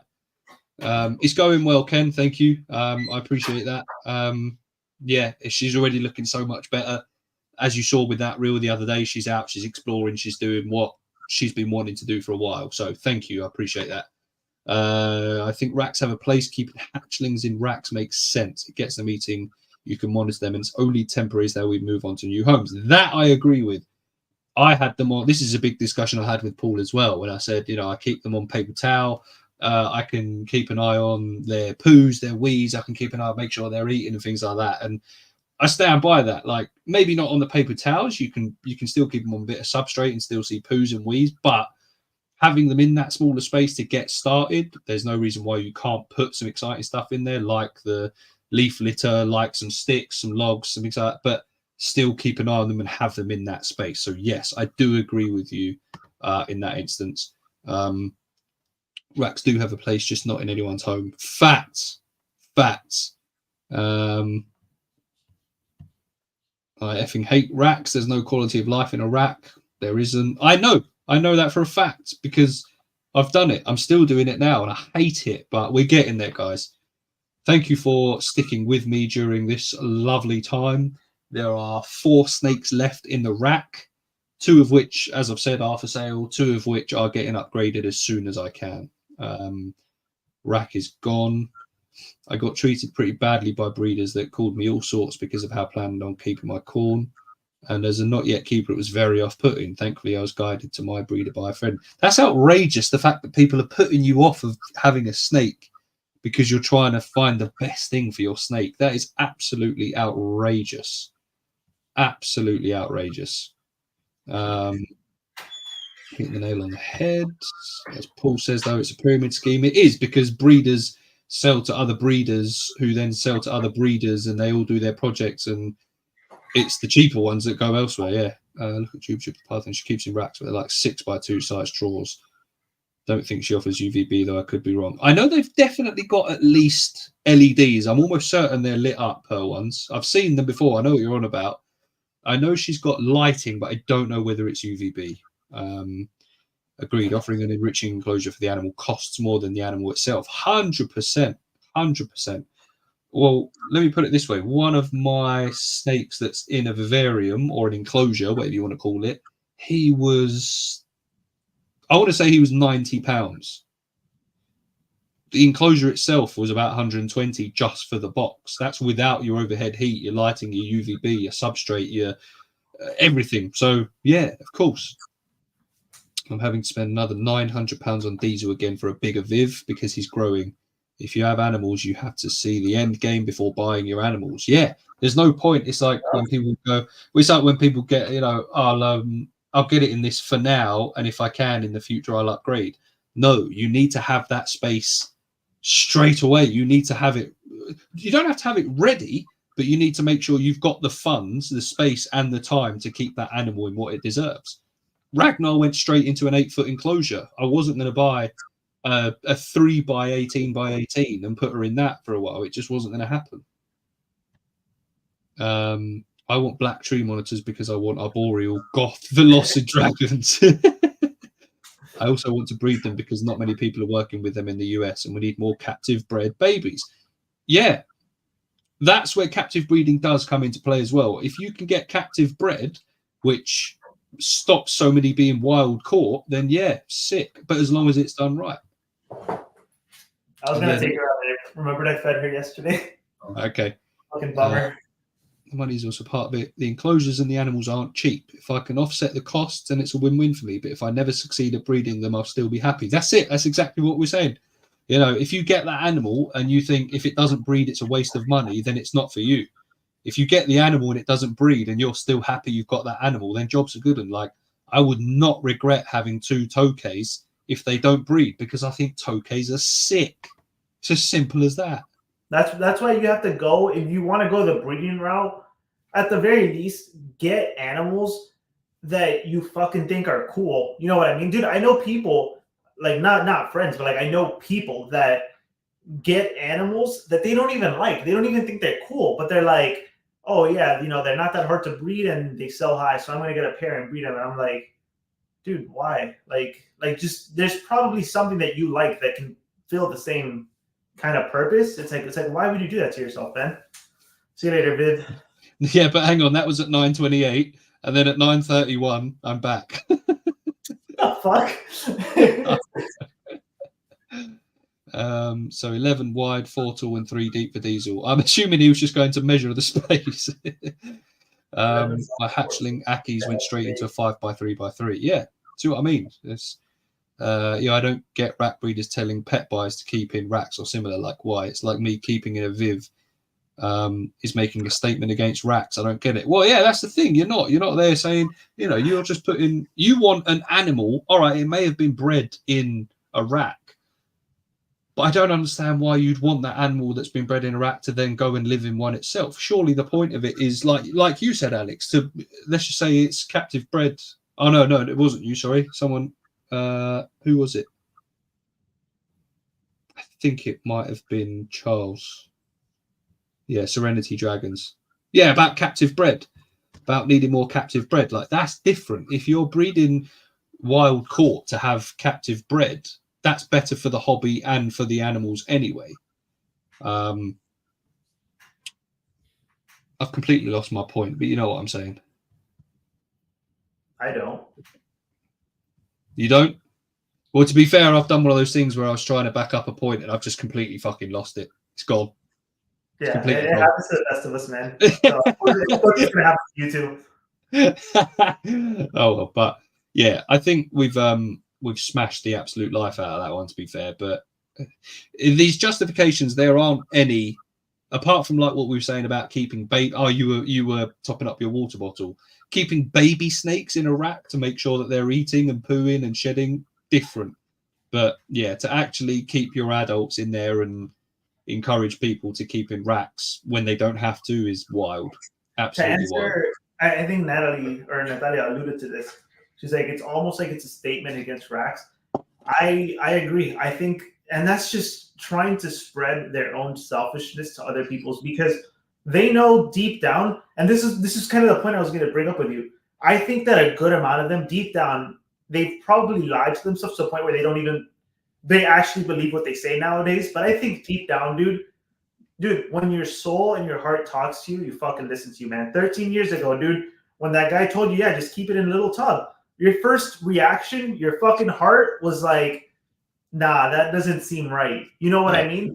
So these people have like lied to themselves. A good amount of them. There's probably some of them that really do think it's the best thing ever. Like, you got to do it this way. But there's probably some people that have lied to themselves, and they deep down know it's not right. And if more people are doing vivs rather than racks, it's just the shame is just going to get more and more. They need other people like them, dude. If it was 9, enclosure keepers to like 1 rack keeper, eventually it would be 99-1. And then eventually nobody would be fucking doing it. But because it's kind of, in like the balance right now, they want more people to be doing it their way because they're scared that the masses are going to fucking realize, like, all right, you guys are all just selfish fucking people. Like let's fucking turn on you guys or whatever the fuck. Like, they just don't want, they need other people to be doing the same fucked up shit that they are. Yeah. And another point that I wanted to address, so I think it was Serenity that brought it up. I don't know the name of the keeper, I forgot, but she mentioned like that keeper that's using like really big racks, and like you mentioned they even have LED in there. Yeah, that was Ben. He said, yeah. That's why I specified earlier. I was like, if the rack looks like it's big enough, I don't have an issue with it. You know what I mean? Like that, to me, I have no fucking problem with that. I mean, ideally, probably a bit more height so that they can, climb and shit. But dude, for the most part, that's fine. You know what I mean? So that's why I didn't want to kind of just blanket generalize all people. Facts. Aside from hatchlings or sick or newly imported animals, follow this statement. Racks equals anytime you need to justify something, you are wrong. The thing is, you were hitting home when you were saying rack keepers lie to themselves until they believe it. That's exactly what I did. Exactly. I was looking up the information that was basically saying, oh, they only live in termite mounds. Oh, they eat better in racks and things like that. And I was going, yeah, that's true. I just needed to dig that little bit deeper and I would have known I was full of shit. But there was always something inside me that was like, is this right? Is this good? The soul doesn't lie to you, man. The soul doesn't lie to you. Eventually it clicked and I went, I'm not doing this shit anymore. So here we are. We're nearly done. But wise words from Brad, man. Yo, by the way, guys, if you guys aren't hip to Brad's channel, oh my fucking god, man, do yourselves a favor and check his shit out after this. Yeah. The coolest fucking enclosures you guys have ever seen. Check that shit out afterwards. Yeah, if you're not subscribed to Brad, go and subscribe to Brad because the guy is a fucking legend. No one does it like Brad. I thought I was doing the best thing for the Royals when I kept in racks, as that's what the norm in the community is. That's the problem. It's almost like there's the reptile hobby and then there's the Royal Python hobby. They're almost like 2 separate entities. It's crazy. Like, look who's here. Big Willie. Back, bro. Yes, see, Mr. Willie. He's probably out somewhere committing crimes. Yeah. Oh, I was about to say something then. Jesus Christ, that would have got me cancelled. No, I won't. I'll put it. I'll message you later. Yeah, no worries, Brad. Right, I think we've hit that topic, and I think we've hit it hard. We've been going on for an hour and 20 minutes. Wow, guys, sorry, mate. I said this further up. There's the ball python community, and then there's everyone else. Facts. Don't Facts. fucking plagiarize Reptichat, dude. What's your problem? You weren't gonna give him credit. I didn't see it. Allow me. Like, Oh yeah. Oh, I didn't see it. Right. So let's go to the next topic. You're right, by the way.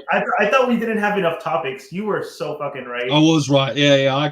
By the way, ladies and gents, I ended up missing a couple out to using the next one, and yeah, Alex was like, "Well, keep them there just in case we use them." I was like, "I don't think we will," but you're right, man. You're doing this way longer than I should have just listened. Yeah, that's all right. That's all right. Right, next up.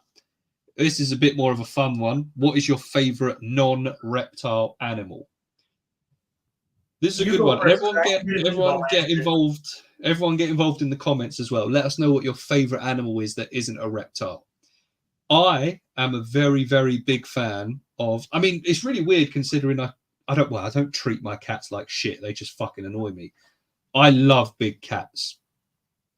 Big cats are sick. Your tigers, obviously the jaguar is my favorite.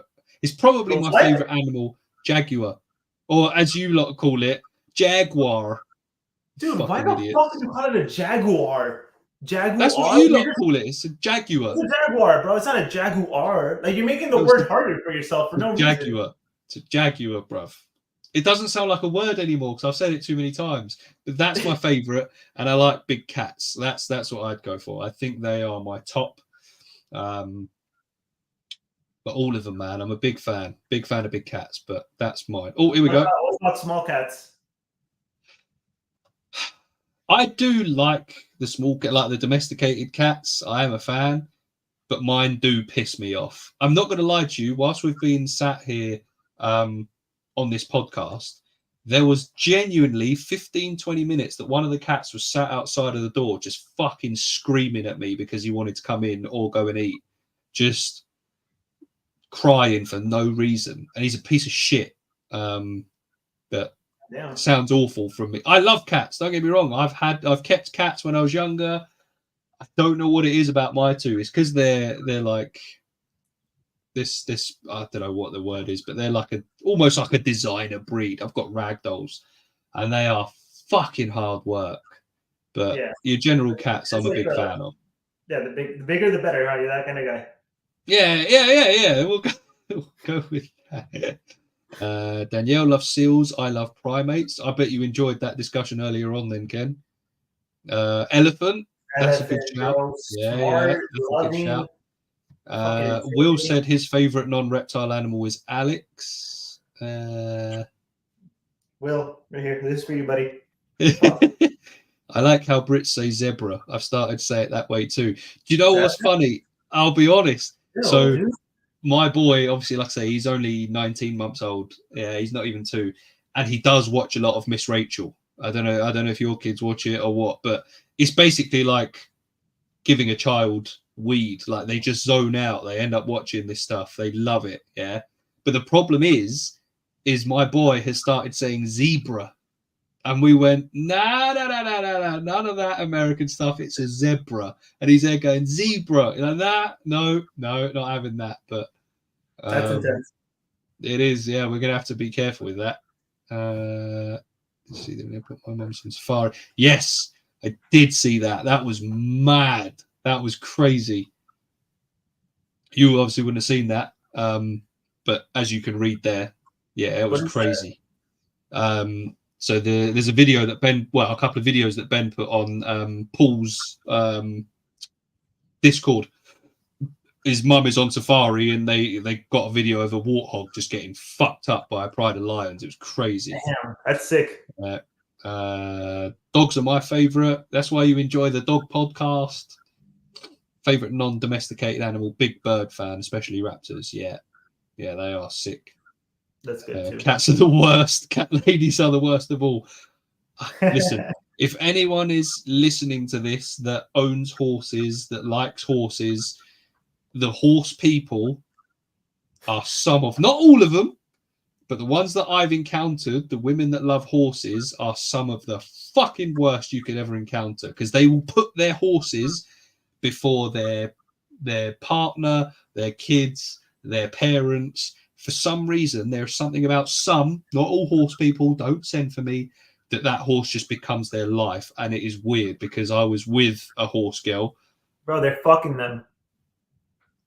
Well, to be fair, the horse has got a slightly... No, I'm not going to go there. Come on, man. Ew, dude. I'm not going to go there. I'm trying to keep it family friendly. You messed up by having me as your co-host, if that was your intention.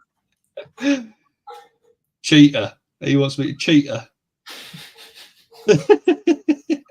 River otters would be somewhere at the top of my list for non-reptiles. Otters are sick. Otters are cool, man. I didn't know they were vicious. Ben knows. Ben fucking knows. Can't say.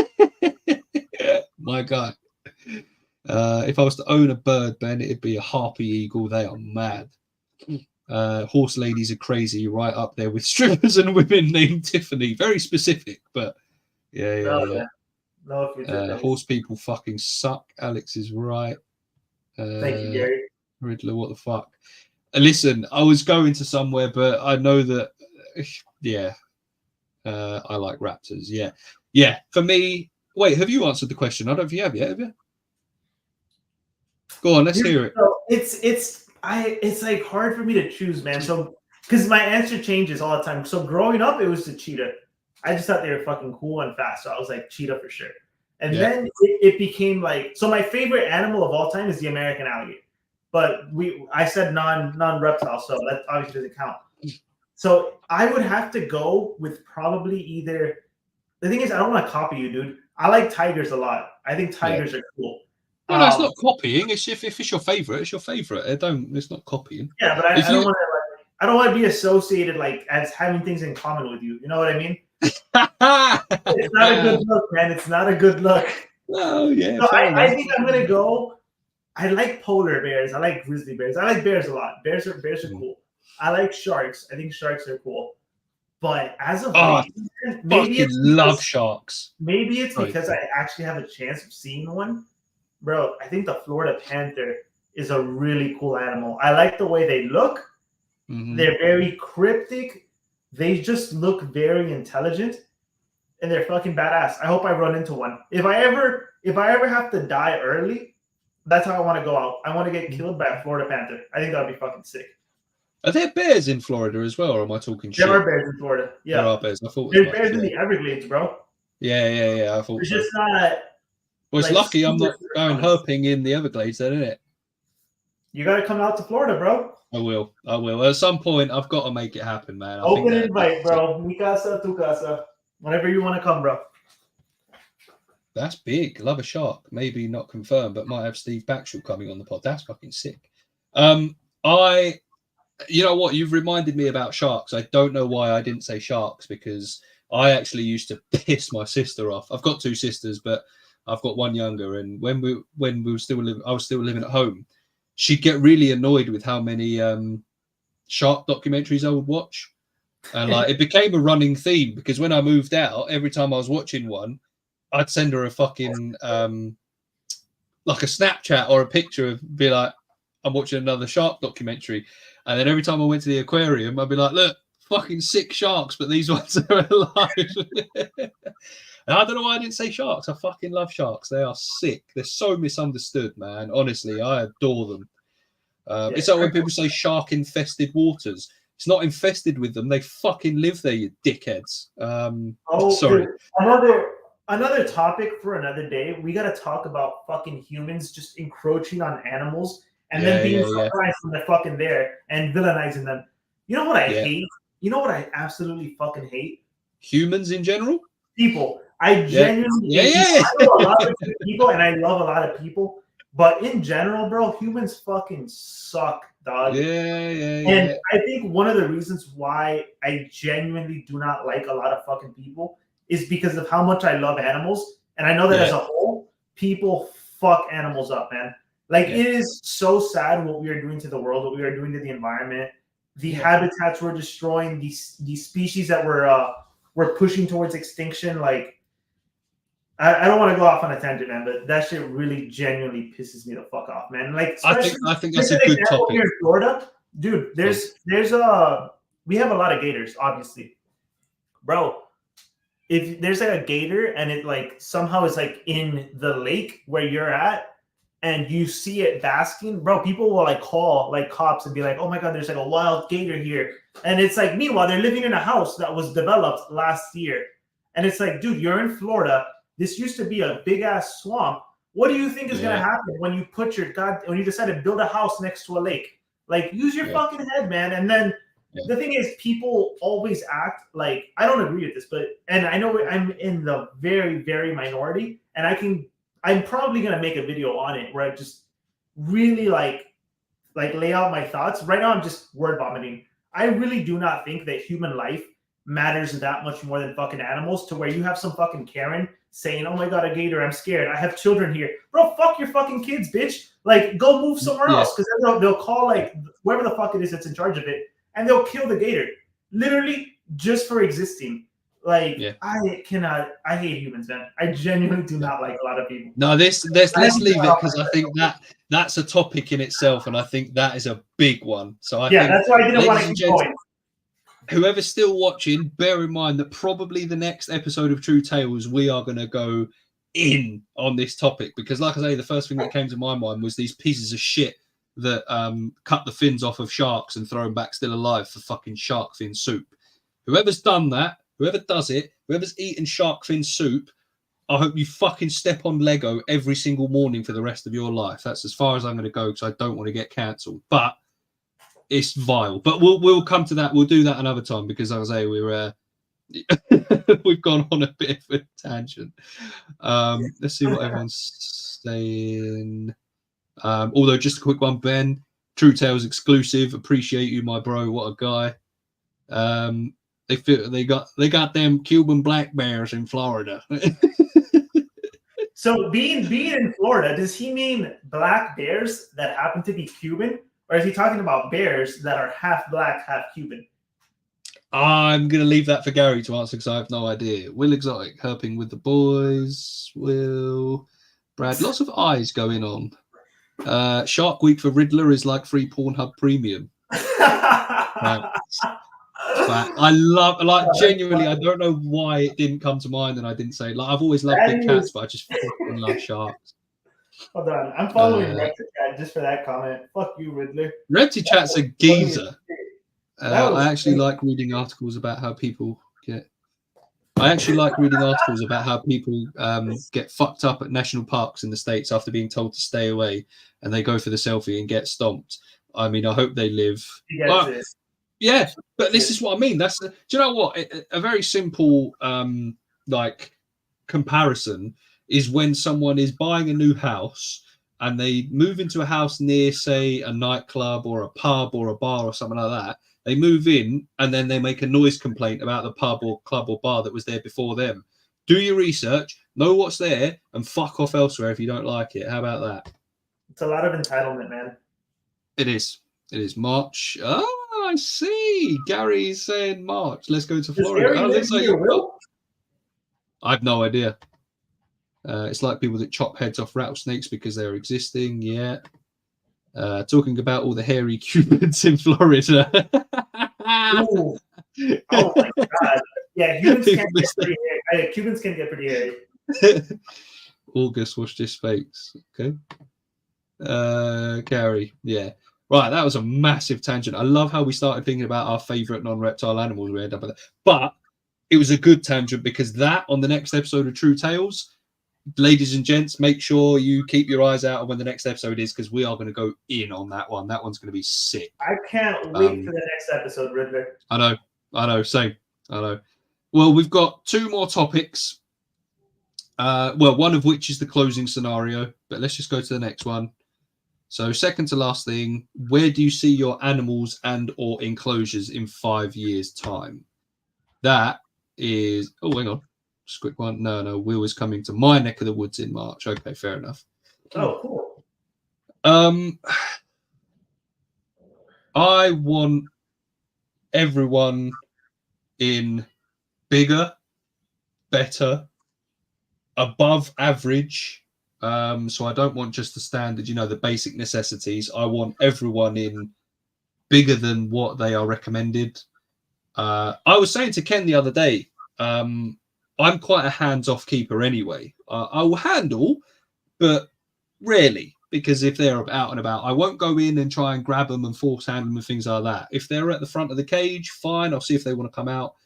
I am more than happy to have enclosures that look like a slice of the wild, a slice of nature, and just leave them to it. And just fucking leave them to it and hope they're happy, and just obviously keep them fed, watered, clean, everything like that.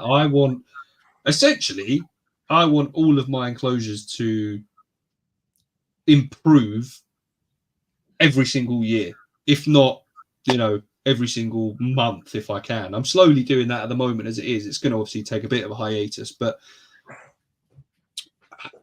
I'd like to have, I'm not going to lie, in the next 5 years, I know I'm talking about improvements, but I'm hoping everyone's at a good standard within the next 5 years, which means that I'm hoping I would adore, if I can get nothing else, I want a green tree monitor. I thought you were about to say python, bro. I was about to welcome you with open arms. I was going to give you a green kiss tree on python, bald head, and everything. I love green tree pythons. Yeah, a green tree python. I would love one of those as well, because I can already almost envision the enclosure that I would give something like that. Like, again, slice of the wild. I'm not looking at breeding anything like that. It would just be a fucking beautiful, heavily planted, aquascaped, fucking all sorts sort of setup. But my dream reptile is the green tree monitor, and I would love to have at least one of them in the next 5 years, essentially. That's so a dream for me as well. Yeah, that's my number one. These fucking things. That's my number one. I've got, in actual fact, coming soon, ladies and gents. I think my next video is going to be top 5 reptiles for this guy here. Top 5 dream reptiles. And I've already just given away number one, but I doubt people aren't going to watch it just because I've done that. But yeah, that's what I mean. I will obviously no longer want a rack, but I'm hoping that's going to be a case from the end of this year. Never mind 5 years. Oh, Will, by the way, you are heading into next year. What's that? I said I better not see any racks heading into next year. No. I hope not. Will, you are allowed your opinion, even if it is wrong. So we'll just go with that. If he wasn't, we would have kicked him out of the damn group chat ages ago. Always talking nonsense, man. That guy's on some bullshit, bro. I do like Avalanche though. His blue tree monitor is fucking sick. But do you know what the thing is? I do love blues, but the greens just do it for me. Green, in my opinion, it's actually between green and blue as like the prettiest color in nature. Yeah, I think I give the slight edge to green though. But for some reason, in lizards, like monitors specifically, I think the green tree monitor just looks a lot cooler than the blue tree monitor. But that being said, I think my blue day gecko, which isn't even blue yet, but like blue days in general, I think the males look a lot cooler than the females, which are like green. Yeah. You know what I mean? So it kind of depends on the species. And also, dude, plants, like for the most part, are green. Yeah. And I think they just, one of the reasons why bioactive enclosures look so nice is because of the color green. Like if the leaves on like a healthy plant were like brown or something, it wouldn't look fucking nice in my opinion. Like it would look, you know, kind of like a forest, like in the end of fall or something. Like it would still look kind of cool, but it's not like, wow, that's a beautiful like setup you got there. 5 years time, not much change animal wise. Enclosures will continue to evolve, hopefully more luminized. Yeah, also want the new reptile systems, eco halogens. Yeah. Maybe a tree monitor. Yeah, I feel that. And in 5 years I want a basement full of oversized enclosures. Yeah. We should all do a live Zoom meet, but it's us herping in our areas. That would be sick.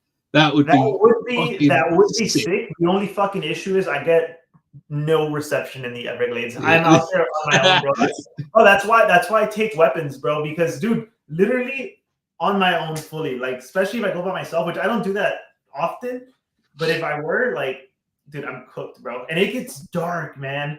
It gets dark. Like, if I turn my car off, I'm in pitch black. Like it gets darker than if I were to be in a room with no lights and no windows. Like that's how dark it gets at night. Now, one day I'm going to come out there and we're going to have a fucking laugh. I think that would be sick. Oh, hang on, here we go, Natalia. My corn just got upgraded to a 6 long, 4 deep, 2 high. Nice. Apex. I've seen that on Instagram, actually. It looks sick. I love it, but realised it's not tall enough. So I started saving again to add to the top and make it a 6x4x4 for a corn snake. That is sick. Shit, Natalia, that is unreal. I physically tip my hat to you. And also, because clearly I haven't had time to shower today, so my hair's a fucking mess. I don't think a shower is going to save that, to be fair, but you know, it is what it is. You know what's fucking crazy? My hair looks like if someone were to shave your fucking beard and just put it on. That's what that shit looks like, bro. It don't look that good, mate. Don't fucking flatter yourself. Get the fuck out of here, bro. I was being nice. Your beard looks like goddamn pubes, bro.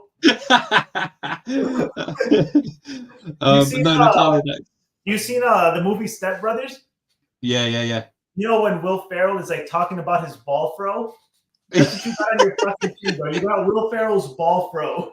Mate, this is a glorious beard. You can attack it all you want. Everyone knows it's glorious. You have a sexual attraction to greens. I wouldn't call it sexual, but you know, it's. I do love a green tree. Why is everyone sleeping on black tree? The thing is, I've very recently seen a black tree in the flesh. I'll give you a minute. I don't know why. I'll give him a sec. I still have that clip too. Oh my god! Sorry, go ahead. Which one? Bro, you remember we did it wasn't it was during the roast session. It wasn't the last True Tales episode. We were just kicking it and we were talking about all the tree monitors and you were just like, yeah, you know, I think my my least favorite ones have to be the blacks. and you're like and I think it's because and then you just paused and I was like, because they're black? You couldn't come up with a good reason other than the fact that they were black. That's not true, bro. No way. It's just the fact. Like, I've seen one in the flesh recently. I went to my friend Freddie's house, FJR Exotics. He's not, no, but he's got a black tree monitor. He's got a green and a black. So I've finally seen and obviously got to handle a green tree in the flesh. Fucking sick. It didn't help my cause. I really want one. But I also got to feed his black tree. Now, the black tree is sick. But they don't pop. I think that's the thing. A green tree, stunning. The blue, the colour blue on an animal in general is just unbelievable. The yellows, mad. The blacks are really, really nice. And actually, to be fair, better in person than they are online.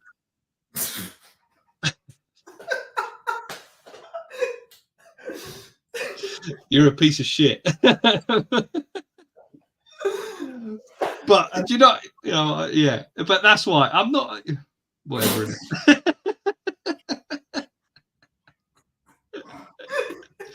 Fuck's sake. Dude. So going back to this whole black stuff. So I like black snakes more than I like black lizards because a black tree monitor, it looks cool. Like black is a cool color, but at least in like most of the lizards I've seen, it's like it's just black and it's not that deep of a black. You know what I mean? Whereas in snakes, you look at like a Mexican black king snake, a Bolin's python, you know, an IMG boa. That's like a deep fucking black, and you'll get iridescence sometimes. I could be wrong, but I don't think I've seen that in like black lizards. Like it's not as weird as it sounds. It's almost like a black tree monitor or just black lizards in general. They're not black enough. You know what I mean? They gotta be blacker for me to kind of like it. Whereas like snakes, like they're like you get a black fucking snake, that shit is black, and it's like an MBK. Mad. Mad. I was actually saying to Paul, I think blue, but I'm yellow-green colorblind, so the blues look mad to me, whereas greens, yellows are a bit. Well, that might be it. To be fair. I already have a black tree monitor, but larger. He is sick, to be fair. Have you seen a vibrant blue tree in person? I don't think I have. I genuinely, in actual fact, like I say, the first time I saw a Prasinus in the flesh was recently. Other than that, I've not seen. No, me neither. So no, I haven't. I have years ago. Ozherps, hey Legends, yes, legend. What's going on, Zach? I wouldn't get reception in the Outback. Fair enough. Yeah, fair. Although, firstly, did you see anything cool? If so, let us know. Everglades, no joke. Yeah. Stay strapped or get clapped, my friend. I've literally run across a portable meth lab in the woods. It was terrifying. Luckily, the druggies weren't there. Called the sheriff and left. That's mad. Wow, that's scary. What's the IG, Natalia? I just remembered. I never answered the fucking question. Janeway _ the corn snake. That's cool. Yeah, corn snake. Oh, the IG handle is named after the corn snake. The profile picture is named after the corn snake. Yeah. Hold on, I gotta check this out too. But it's funny that she mentioned upgrading the corn snake into a fucking 6x4x4. That's sick. That's unreal. My God, man, that is cool as shit. Oh, hold on. Yeah, no, she's got a very pretty corn snake. That's a nice looking corn snake. But like, she does things like the what was it? Not the puzzle feeder, but like the ball with the holes in it. I'm almost certain I've seen you do that as well, Natalia, and it's just class, like enrichment for the animal. Where a lot of people would be like, "Oh, it's just a corn snake." It's your pride and joy, and you treat that animal the way people should, and it's incredible to see. It really is. Yeah. Says Lee's favorite is. No, go ahead. You can interrupt me. No. Says Lee's favorite is black. A big black again. So, well, what you want from me? Go on. It's my turn, goddammit. Anyway, one of the things I was saying, like my 5-year shit, one of the things that I was thinking of was, and I thought about this like a few nights ago, and you know how traditionally it's always been like 40 gallons for like, you know, things like your corn snake, your ball pythons, and as of recently, like we've had more people be like, you know, a 4x2x2, and yeah, don't get me wrong, I have no issue with all these, like these 3 snakes here, my corn snake, my caliking, and my ball python staying in the 4x2x2s. I think they would be fine. But I also think that not right now, but when I move into a bigger place, hopefully within 2 years, I want to kind of upgrade them a bit too, man. Like maybe either at a minimum, I want these to be 5x2x2s, maybe even 6x2x2s.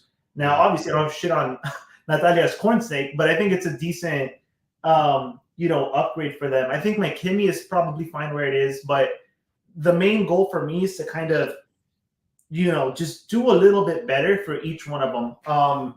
The boa she's a baby. That's why she's in here. She's gonna have, dude. My boa's probably gonna have like minimum a 6x4x4, probably larger, dude. Probably 8 feet long, depending on how big she gets. But yeah, man. Like my main goal, animal wise, I don't really plan on adding much more. Maybe in the 5 years, like new species.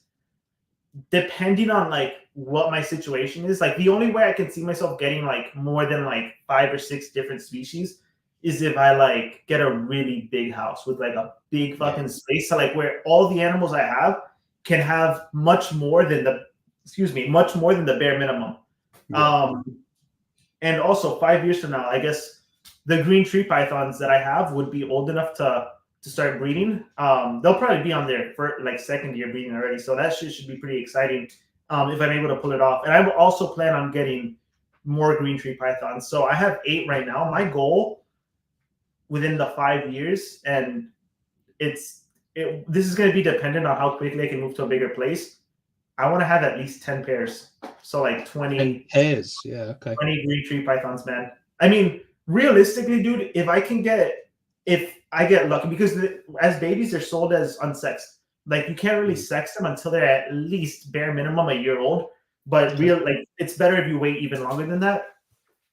If by some miracle these end up being a 4-4, I could probably quit my job and just breed them. So if I have even more than that, dude, I would love to be able to just dedicate my life to like reptiles, dude. Like just Mate, quit my job, facts. fucking just my job being fucking hang out with the animals, make goddamn YouTube videos, and fucking make Facts. beautiful fucking snakes. Which, by the way, the reason I want more is because I know myself, dude. The fucking holdbacks, bro. I'll probably be holding back like 3 fucking animals like per clutch, dude. I already know myself. Like I already know. I've never bred anything before. I've never even sold a single one of my animals. Dude, I hate when people fucking get reptiles and they're like, all right, yeah, yo, I'm rehoming this, I'm rehoming that. I get it. Like if your situation changes, but I personally, dude, like unless I absolutely fucking needed to, like I had no other choice. My animals are my family. You know what I mean? So I can see myself when I start breeding, it's going to be very, very hard for me to even sell the babies, dude. Yeah. Like that's how quickly I get attached to them. But yeah, man, 5-year goal. You know, I'm not looking to get that many more animals. Even though there are some dreams. Like if I get animals, they're going to be animals I've already talked about in videos as like dream species. Like that's the kind of time I'm on, and just upgrades, man, upgrades. Mm-hmm. Make really cool shit. If I had the room, dude. Oh my god! Like I'm telling you, 2 years from now, watch how fucking sick my reptile room is going to be when I'm at a bigger place. Yeah. Well, it's like for example, like at the minute, like I say, I've not got the money to buy things to upgrade, but I've still got stuff left over from the last build. So I've still got some polystyrene, I've still got some grout. My next little project is going to be doing a custom background for the milk snake.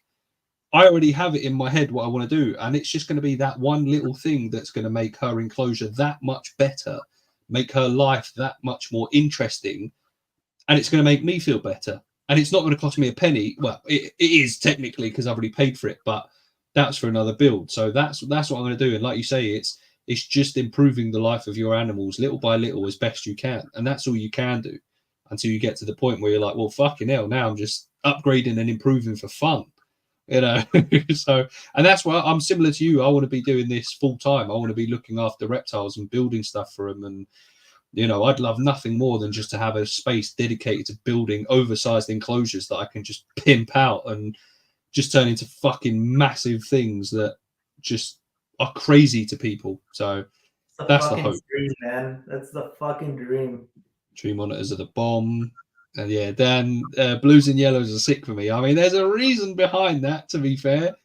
But, Dan, to be fair, your monitors are fucking sick. Like, I've not seen them in the flesh. I'm hoping to see them this year.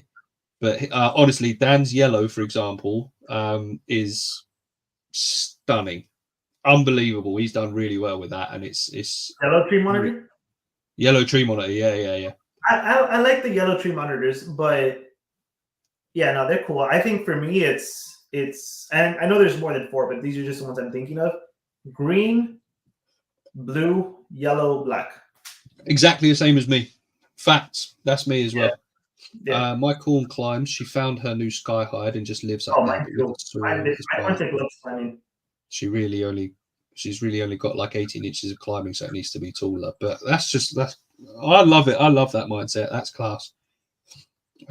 Yes, black snakes are amazing. The iridescence, yeah. Oh, here we go. Viva la Mexico. Will is buzzing. Who the fuck mentioned Mexico? It wasn't me. Mexican black king snakes. Oh, so look at him. Go. He's gassed. Look at him. There we go, Will. Buzzing. Oh, that was me that mentioned it. Yeah. Wait till you're behind on this chat. You're like super behind. Bro, that's because we just keep going and everyone's getting involved and it's great. I get just the corn all the time. Yeah. It's just not just color with tree monitors, his personality. Well, yeah, like I mean, Dan's yellow tree is crazy. Like he's got I'm sure you won't mind me saying because they're on Instagram. He's got 2 blue trees and a yellow tree. And the yellow tree, just personality wise, the confidence is mad. Like, and it's such a stunning animal as well. So yeah, fair play. I'm talking just looks, Dan. My only experience interacting with tree monitors is Kermit and Cader at pools and seeing them feeding Raven. Yeah, fair enough. I interacted with blue trees the other day. I fell in love. That's why I have so many. I love them all, of course, but I had to move on a few bit. It hurt. Dude, if you ever come to the States, you should go to Will's place. Fucking check out his blue tree monitor, Viv. There you go. There you go. I'm sure he won't mind. I'm actually seeing him later this year. I'm gonna Who? go fucking steal Will. I'm gonna go. Oh yeah. Yeah, man. Is he He coming? came to me last year, so I figured I'd go to him. Are you just gonna go and give him some shit? Oh yeah, dude. I'm just gonna go there. I'm gonna fucking bully him. I'm gonna befriend his parents. Like convince them to like adopt me instead of him. Kick his bitch ass out. Live rent-free for a couple years. Save my money up. Yeah. Well, this will probably be because we're going to Monitor Fest together with Brad and shit. So this will. Oh probably yeah, so you are. Yeah. This will probably be after that because we want to go herping, and he told me Yeah. it's like still too cold right now. Oh. So that shit's gonna be fucking fun. Yeah, it will. Yeah, I can't wait to see. I'm excited to see Avalanche because I've never seen a blue tree in person, and Will swears by it, dude. So I may swing over to the States this year. yes, sir. Yes, sir. Have they released the dates for Monitor Fest yet? I think so. I mean, it's only because I know from Will. It was either Will or Brad. I think it was Will that said it's the last week of May. Like, or no, maybe I think it's the previous. I'm gonna come touch you. Okay. After I move, I'll be down there every month. How far away are you from Florida, Will? I don't know. Obviously, the fucking He's state. like, dude, it's like an 18-hour drive, bro. He's fucking far as shit. Yeah, but weirdly for you Americans, an 18-hour drive is nothing. And I got to split that into 2 days. Like, how long does it take to drive from one end of Florida to the other, like top to bottom, not across? Depends who's driving. If it's me, 6 hours, 6-7 hours tops. Like most people, probably like 8-9 hours. See, the thing is, 8-9 hours for me, I'd be in a different country. As in, I'd drive I'm at the bottom of the UK, as in literally any further south, and I'm in the sea. 8-9 hours north, I'm in Scotland. Mad. Man, you know what's kind of pathetic, man? Your country is like the size of fucking Florida now, and tiny. You guys used to be a mighty nation. You guys used to have colonies. You guys are bigger. You guys were respected at one point, and then, dude, it's like the U.S. just said fuck Britain, turned their back on y'all, declared independence, and it's like everybody followed, and now you guys are just a sad little fucking country, and you guys wake up every goddamn day and have beans and toast and spotted dick for breakfast. See, that's fine. That's fine, but let's just wait until your civil war is over first, when you've got two old men who have got dementia fighting over who's the most powerful in the world, and then we'll come back to it. Don't you? I'm not saying my country is much better. I think Joe Biden's a fucking old fart, bro. That dude does not have any goddamn business being our goddamn president. And just because my country's shit doesn't mean yours is any better. No, that's true. That's fact. What's a reptile you love but can't realistically have? For me, it's a retic, my favorite, but they're illegal in New York where I live. But also, I could never give it sufficient space. Bro, for me, first of all, I agree. Retics are fucking cool. I'm planning on getting a super dwarf because I agree with you. Retics are too big, but not only that, to me, like when a snake is too big, like 15, 20 feet, their face, like their head just is like a little bit too big. You know what I mean? Like I don't know what it is about it. I don't like the look of like a snake, like a really big snake, because their heads just look like just too much, man. Like I don't know how to describe it, but I think super dwarfs are sick as fuck. So I would definitely get a super dwarf. But the animal that I won't be able to keep, at least as long as I'm in Florida, that I would love to, Burmese python. One of my favorite snakes, but they're obviously like notoriously invasive here. So legally you can't own one here, which fucking sucks, but that would be the animal. If I ever move out of Florida, that's one of the first animals I'm getting is a Burmese. So how come Kenan, he's got a berm. Why is he allowed? Has he got like special permits and licenses and shit? I'm almost certain he's got a berm. Really? I didn't know he had one. He probably has a permit or a license, dude. But I know the common people, you can't have one. Okay. And permitting takes hours, dude. Like I don't know if it's the same for like a snake that isn't allowed in the state and you want to do it, but like for example, like if you want to keep crocodilians, I think it's like, dude, it's like 1,000 hours or like 1,500 hours of like being under someone with the license, cleaning up shit, feeding them like the ins and out. Same with venomous. I think with venomous it's even more, dude. I think it's like 2,000 hours, like to get your permit to actually keep them. I know people that keep them illegally. Like it's really not that hard to get in on it, but yeah. it's. But then the problem at that point is you can't. This close, this close. I wish my fingers could get even closer. Dude, I was this close. I remember I talked to Will about it, dude. I was like, bro, I'm doing it. I'm pulling the trigger. Because I was going back and forth with this guy in Morph Market. Dude, I almost bought a fucking caiman, a dwarf caiman. I asked for the guy's like payment info. Like I was about to pull the trigger. I was already looking into like the fucking enclosure I was gonna give it. I was looking at like building a pond for it. And the guy's like, you got your permit, right? And I was like, what? Wouldn't sell it to me. He's like, yeah, bro, you need permits. I was like, fuck, man. Fucking bullshit, man. Yeah.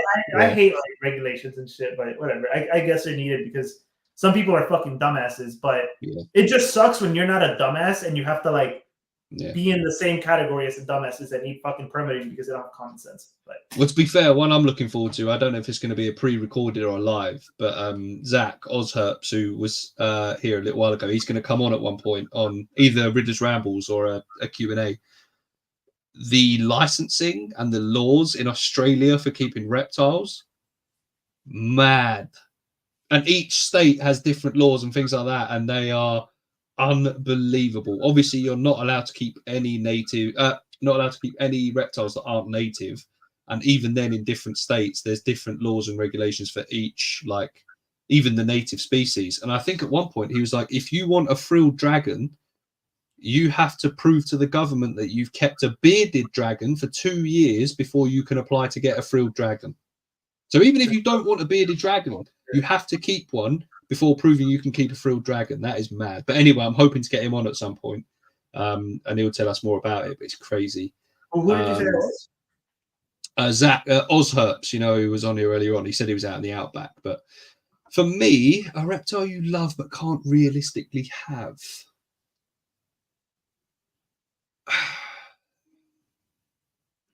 I'll go gaboon, I wouldn't even own one even if I was allowed, because I love gaboons. I think they are stunning. They are absolutely stunning. But it's DWA, so I'd need licensing and things like that, which I don't want to do. And B, even if I was able to get that, I wouldn't want to because it's just not worth it. If it tags you, you're out. See you later. You're done. So it's not worth it. But yeah, you have to have the anti-venom with you. Yeah, but if there was a non-venomous gaboon, I'd be all over that. But I think they are honestly one of the most stunning animals there are. I agree. They're fucking cool, man. I like their colors and their patterns. And bro, have you seen their? I mean, obviously you love them, but dude, their fangs. That's no joke, man. Yeah, they're like 2 inches long or something, isn't it?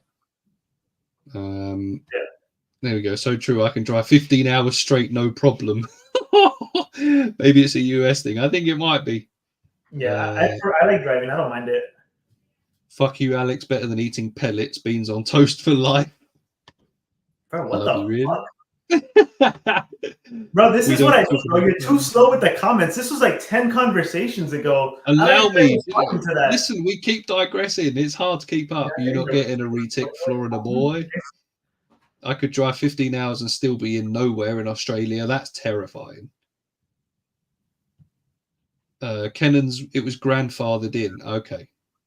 Bro, get off his meat, dude. Why do you know so much about Kenan? He's trying to fucking tell me I can't. He got rid of his sperm. His Argus lives in his enclosure. Okay. Kennan's sperm is grandfathered in because he has it before the rule change. I like that. I like that at least. It seems like if there are some changes like that, that shit will get grandfathered in. You know what I mean? Not like, oh shit, now you have to fucking get rid of it. It had to be microchipped. That's fucking insane. Yeah. Eyelash Viper for me. That's cool. Visions. I'm going for my DWA this year or next. Sick. I'm so hungry. Variable bush viper. Yeah, we'll start wrapping up soon. We will start wrapping up. Oh, no, I wasn't trying to drop a hint. I actually just thought out loud. It's but don't forget it's 10:30 here, which for me I'm usually asleep. Oh, dude, it's way past your bedtime, bro. Way past my bedtime. Dude, you know what's so look, in actual fact, look, how are you still alive? Hey. Bro, tell me about it. This is what I'm saying. Usually I'm asleep by now. Dude, I already know not to send the message in the chat if it's already past like 7 p.m. your time. I'm like, it's probably sleeping like a baby, as Will would say, with his thumb in his mouth. Yeah. What did I miss? Actually, quite a lot. We got into some fucking good topics on this one. I think I'd like to think. He said not to make the episode shitty, so true. Do you know what? Honestly, yeah, I think so. I genuinely think so. Not just saying that. 9:25 a.m. in Australia, 4:24 p.m. where Charles is. It's 5:25 here. Not even time to eat dinner. No, we didn't get racist. That's just not true. Oh, that means definitely not watching that shit. Glad you did me proud. No, honestly, this has been sick. This has been such a fucking sick episode. To be honest, Riddler never watches mine back. Yeah, but in all fairness, mate, your ones most of the time are like 5 hours long. Allow me. I do try and watch as much as I can. No, don't listen to him. We didn't get racist. No, it was fucking Riddler said he doesn't like black tree monitors. I didn't say I don't like them either. They're just my least favorite. I mean, to be fair, if you like hairy Cuban chat, then definitely. Who the fuck said that again? Gary, if you watch mine, you might be a good keeper by now. Fuck yourself. I'm an average keeper now. This has been 2.5 hours so far, Riddler. It's not a short episode. No, it's not. It's definitely not. I'm not gonna lie though, dude. Time flies when you do these. This is only, I think, my third podcast. No, fourth, because I did one with Will and Paul like a while ago. Dude, the time goes by fast, man. Yeah, it does. The time really does. Really goes by super fucking fast. It is. Well, we're bordering 2.5 hours, but no, it's been sick. My concern for our closing scenario is I'm not sure what the spread is between UK and US right now. You can come up with a different one. No, I think maybe we'll go for it, but I don't know how well it's going to hit because then I don't know how many sort of people who like sports are in the chat. Let's give it a go. So our closing scenario. I'm not even that passionate about this fucking shit. And I've never even... Go ahead. What's the question? Super Bowl? The closing scenario is what's bigger and better, the Super Bowl or the Champions League. So for me, obviously, the Champions League it blows the Super Bowl out of the water because the only people that like American football are Americans. Now there might be three. You watched the Super Bowl a few times, Mr. No, not a few times. Not a few times. I remember it was on once, and I was like, right, let's see what the hype is, because I did know maybe 3 or 4 people in the UK that were like, oh, Super Bowl's going to be sick, yeah. And I was like, all right, go on in, let's see what it's all about, bro. The guy kicked the ball, another guy caught it, and they went to a fucking ad break. I was like, right, all right, so what happens next? And then the other guy kicked it, and another guy caught it, and they swapped again. And I was like, this is fucking shit. This is the worst thing I have ever... do you know what? No, the Super Bowl isn't bigger. It just isn't. There's more viewers for the Champions League than there is the Super Bowl. That's so fact. I have a few follow-up questions, because obviously the Champions League, it's not as big as the World Cup, right? Like, not even close. Yeah. How big, actually, like, no bullshit, is the Champions League? Because I know people watch it here, but it's not like you walk into the barber shop and that's what people are talking about. You know what I mean? How big is it? And is the Champions League a tournament, or is it like there's a season and then the Champions League is like the final like thing? Is it like a tournament? No. So the ones that are entered into the Champions League are, so for example, in the Premier League, so the English Football League, it's the top 4 get a space in the Champions League. I think it differs per country. So I think, for example, Spain is the top. I think they're the top 4 as well.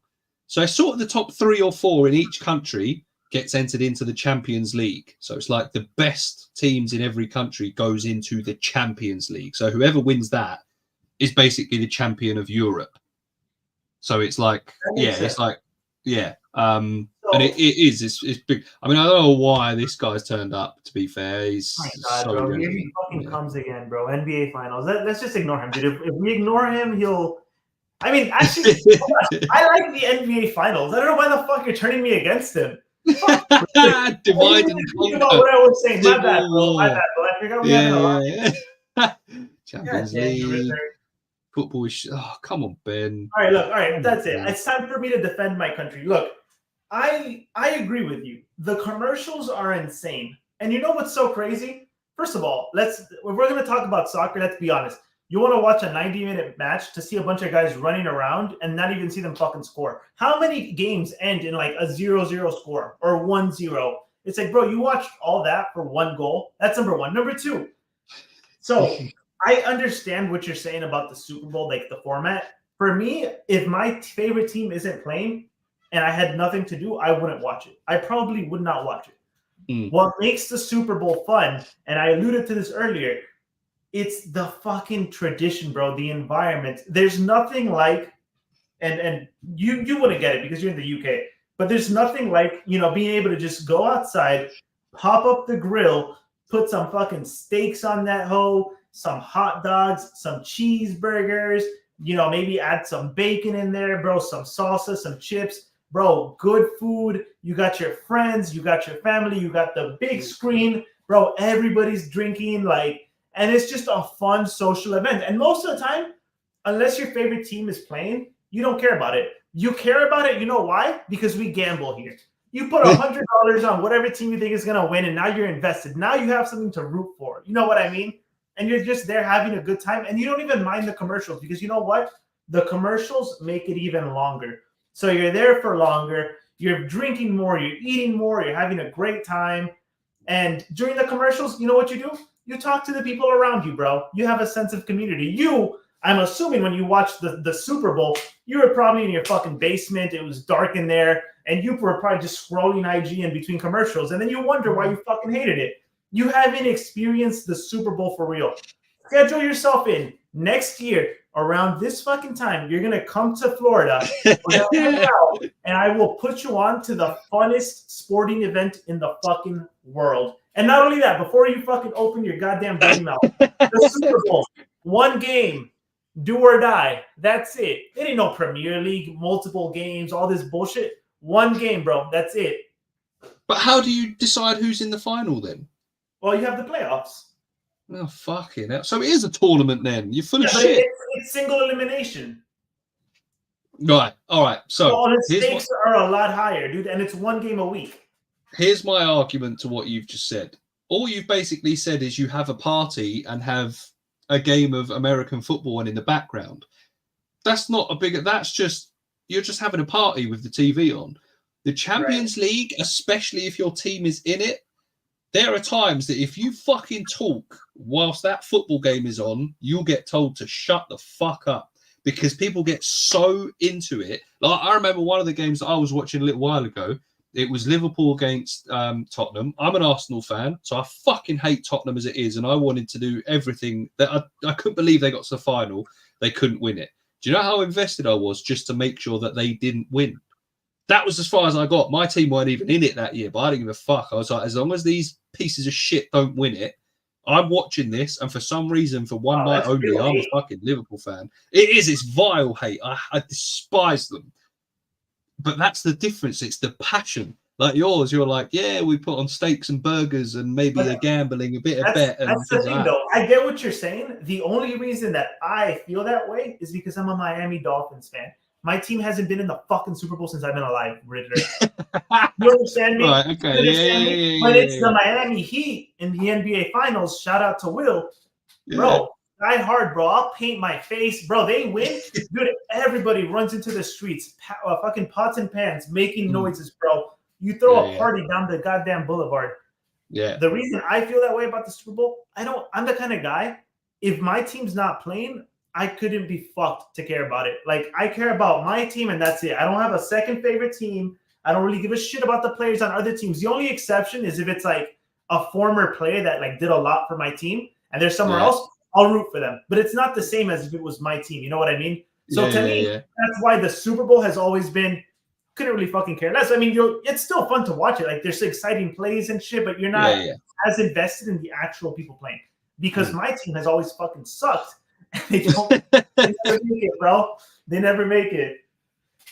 Oh, hello. I'm an Everton fan. Oh, all right. Yeah, I'm pretty sure we beat them recently.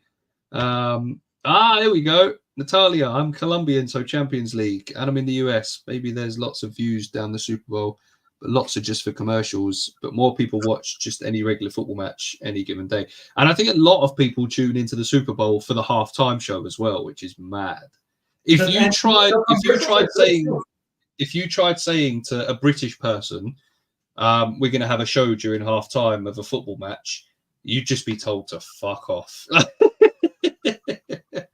And I respect that, man. I genuinely respect the passion y'all have, like, for the game and shit. I do.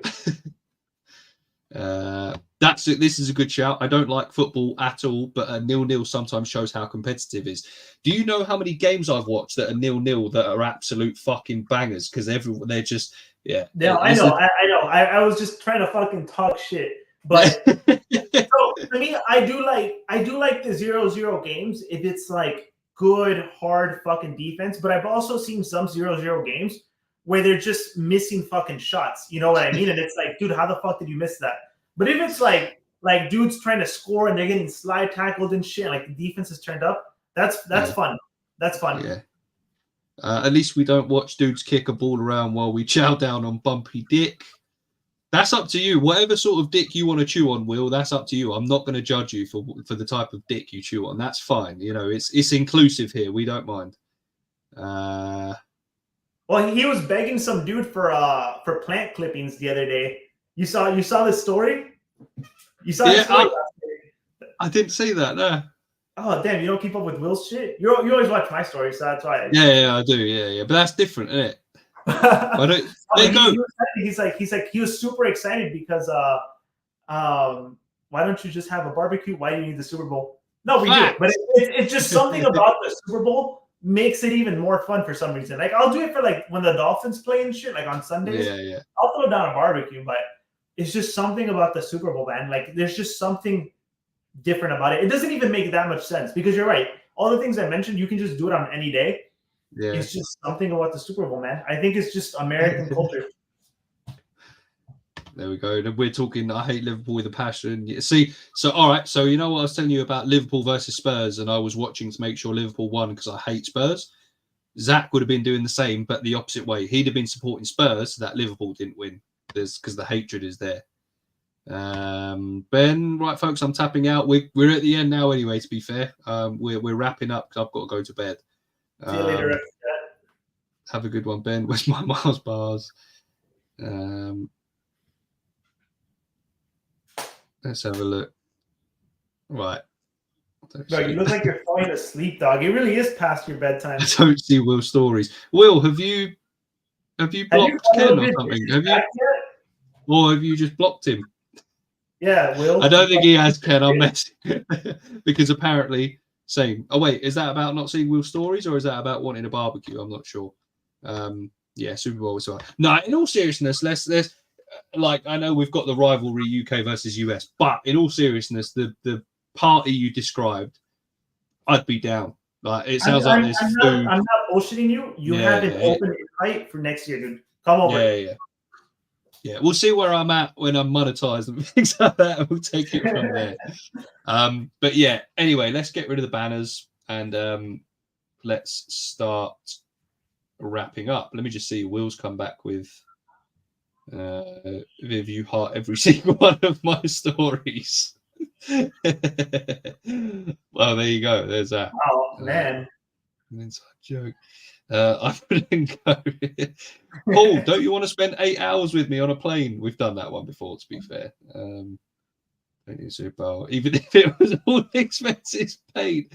Literally, I could say to Paul, right, let's go to Florida. We'll go and see Alex. Will's going to meet us there. I've bought us tickets. We're going to sit next to each other. I call the window seat because I'm into flying. We can sit next to each other. It's an 8-hour flight. I don't think he'd come. I think he'd tell you like, wow, that's really thoughtful. Give the ticket to someone else. Or he'd be like, I'm gonna catch the next plane. Yeah, hey, I'll meet you there, buddy, for sure. This isn't about you. Oh, it's about the Super Bowl. Yeah, but am I wrong? Am I still wrong? This is stop making it. Listen, don't lie. You've already said that you wouldn't get on a plane with me for 8 hours. You spent what 3 or 4 hours with me in a van, and you wanted to fucking drive into a tree. So there is that. Oh, you know what's fucking crazy? I just remembered, dude, when he fucking came to visit you, and he was just talking about like how insufferable you were, and you just kept being like, "Yeah, boy, yeah, boy, yeah, boy." Bro, I felt what Paul felt, but not even close. Probably just a lot less than what he felt, bro. When I was watching your last fucking video, bro, you said "yeah, boy" like a good like 10 times, dude. I know. Why? I think that's like, you have like Tourette's or something? Like I think I do. I genuinely think I've got fucking Tourette's as well. Like on a level, some of the things I say when you're editing the video, you're like, "Oh shit, another your boy." When I'm editing, yes. When I'm filming, I don't even hear it. But then when I'm watching it back, because the thing is, a lot of the times, if I'm filming, it's over a long period of time. So it'd be like, when I was doing the Reptile Room upgrades, that was over a couple of months. So then I was editing it and watching it back. Jesus Christ. Oh, even I was there. Do you know what, Paul, whilst you're still here, on a level, when I was watching it back, I even fucking said to myself out loud, I was like this, editing, and I went, Paul is going to fucking hate this video because I just, boyed so many times, but I just left him in there. But yes, I hate you, but this isn't about you. In person, he's so bad. Yeah, boy. Especially when he bitches about other people doing what he does. It's just ADHD. Yeah. Paul, you're going to hate me when we finally meet. I'm ADD as fuck.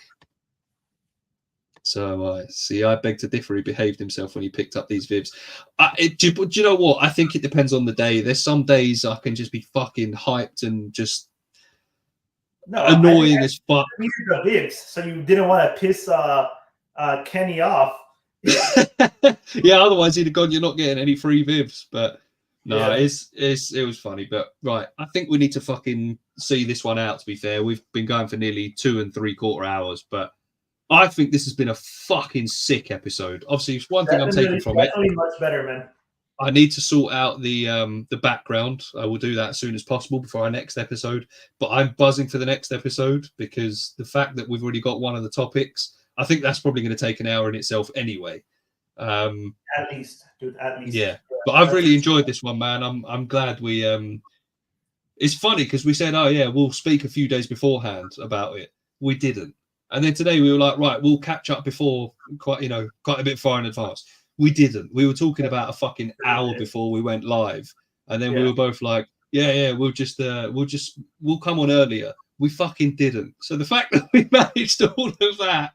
I think messaging each other like ideas and topics though, and like just having something there, I think that made a big difference. And the shit at the bottom too, like the current topic that we're on, I like that a lot too, because it makes it so that like if someone just tunes in, they can quickly like see what's at the bottom and kind of pick up on like what's going on. So that was a cool idea, man. Just a quick one, Paul. The topic is basically how humans are pieces of shit and the way we encroach on nature and then make it as though it's nature's fault. So obviously Alex's example was when people go to the lake in Florida and there's an alligator there and they fucking complain about it and try and get it killed.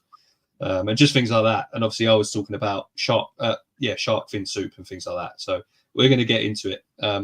So what you're saying is your wife is a saint. She is a saint. She has her moments, but the fact that she stayed with me for nearly 8 years now, don't adorable. This was fun.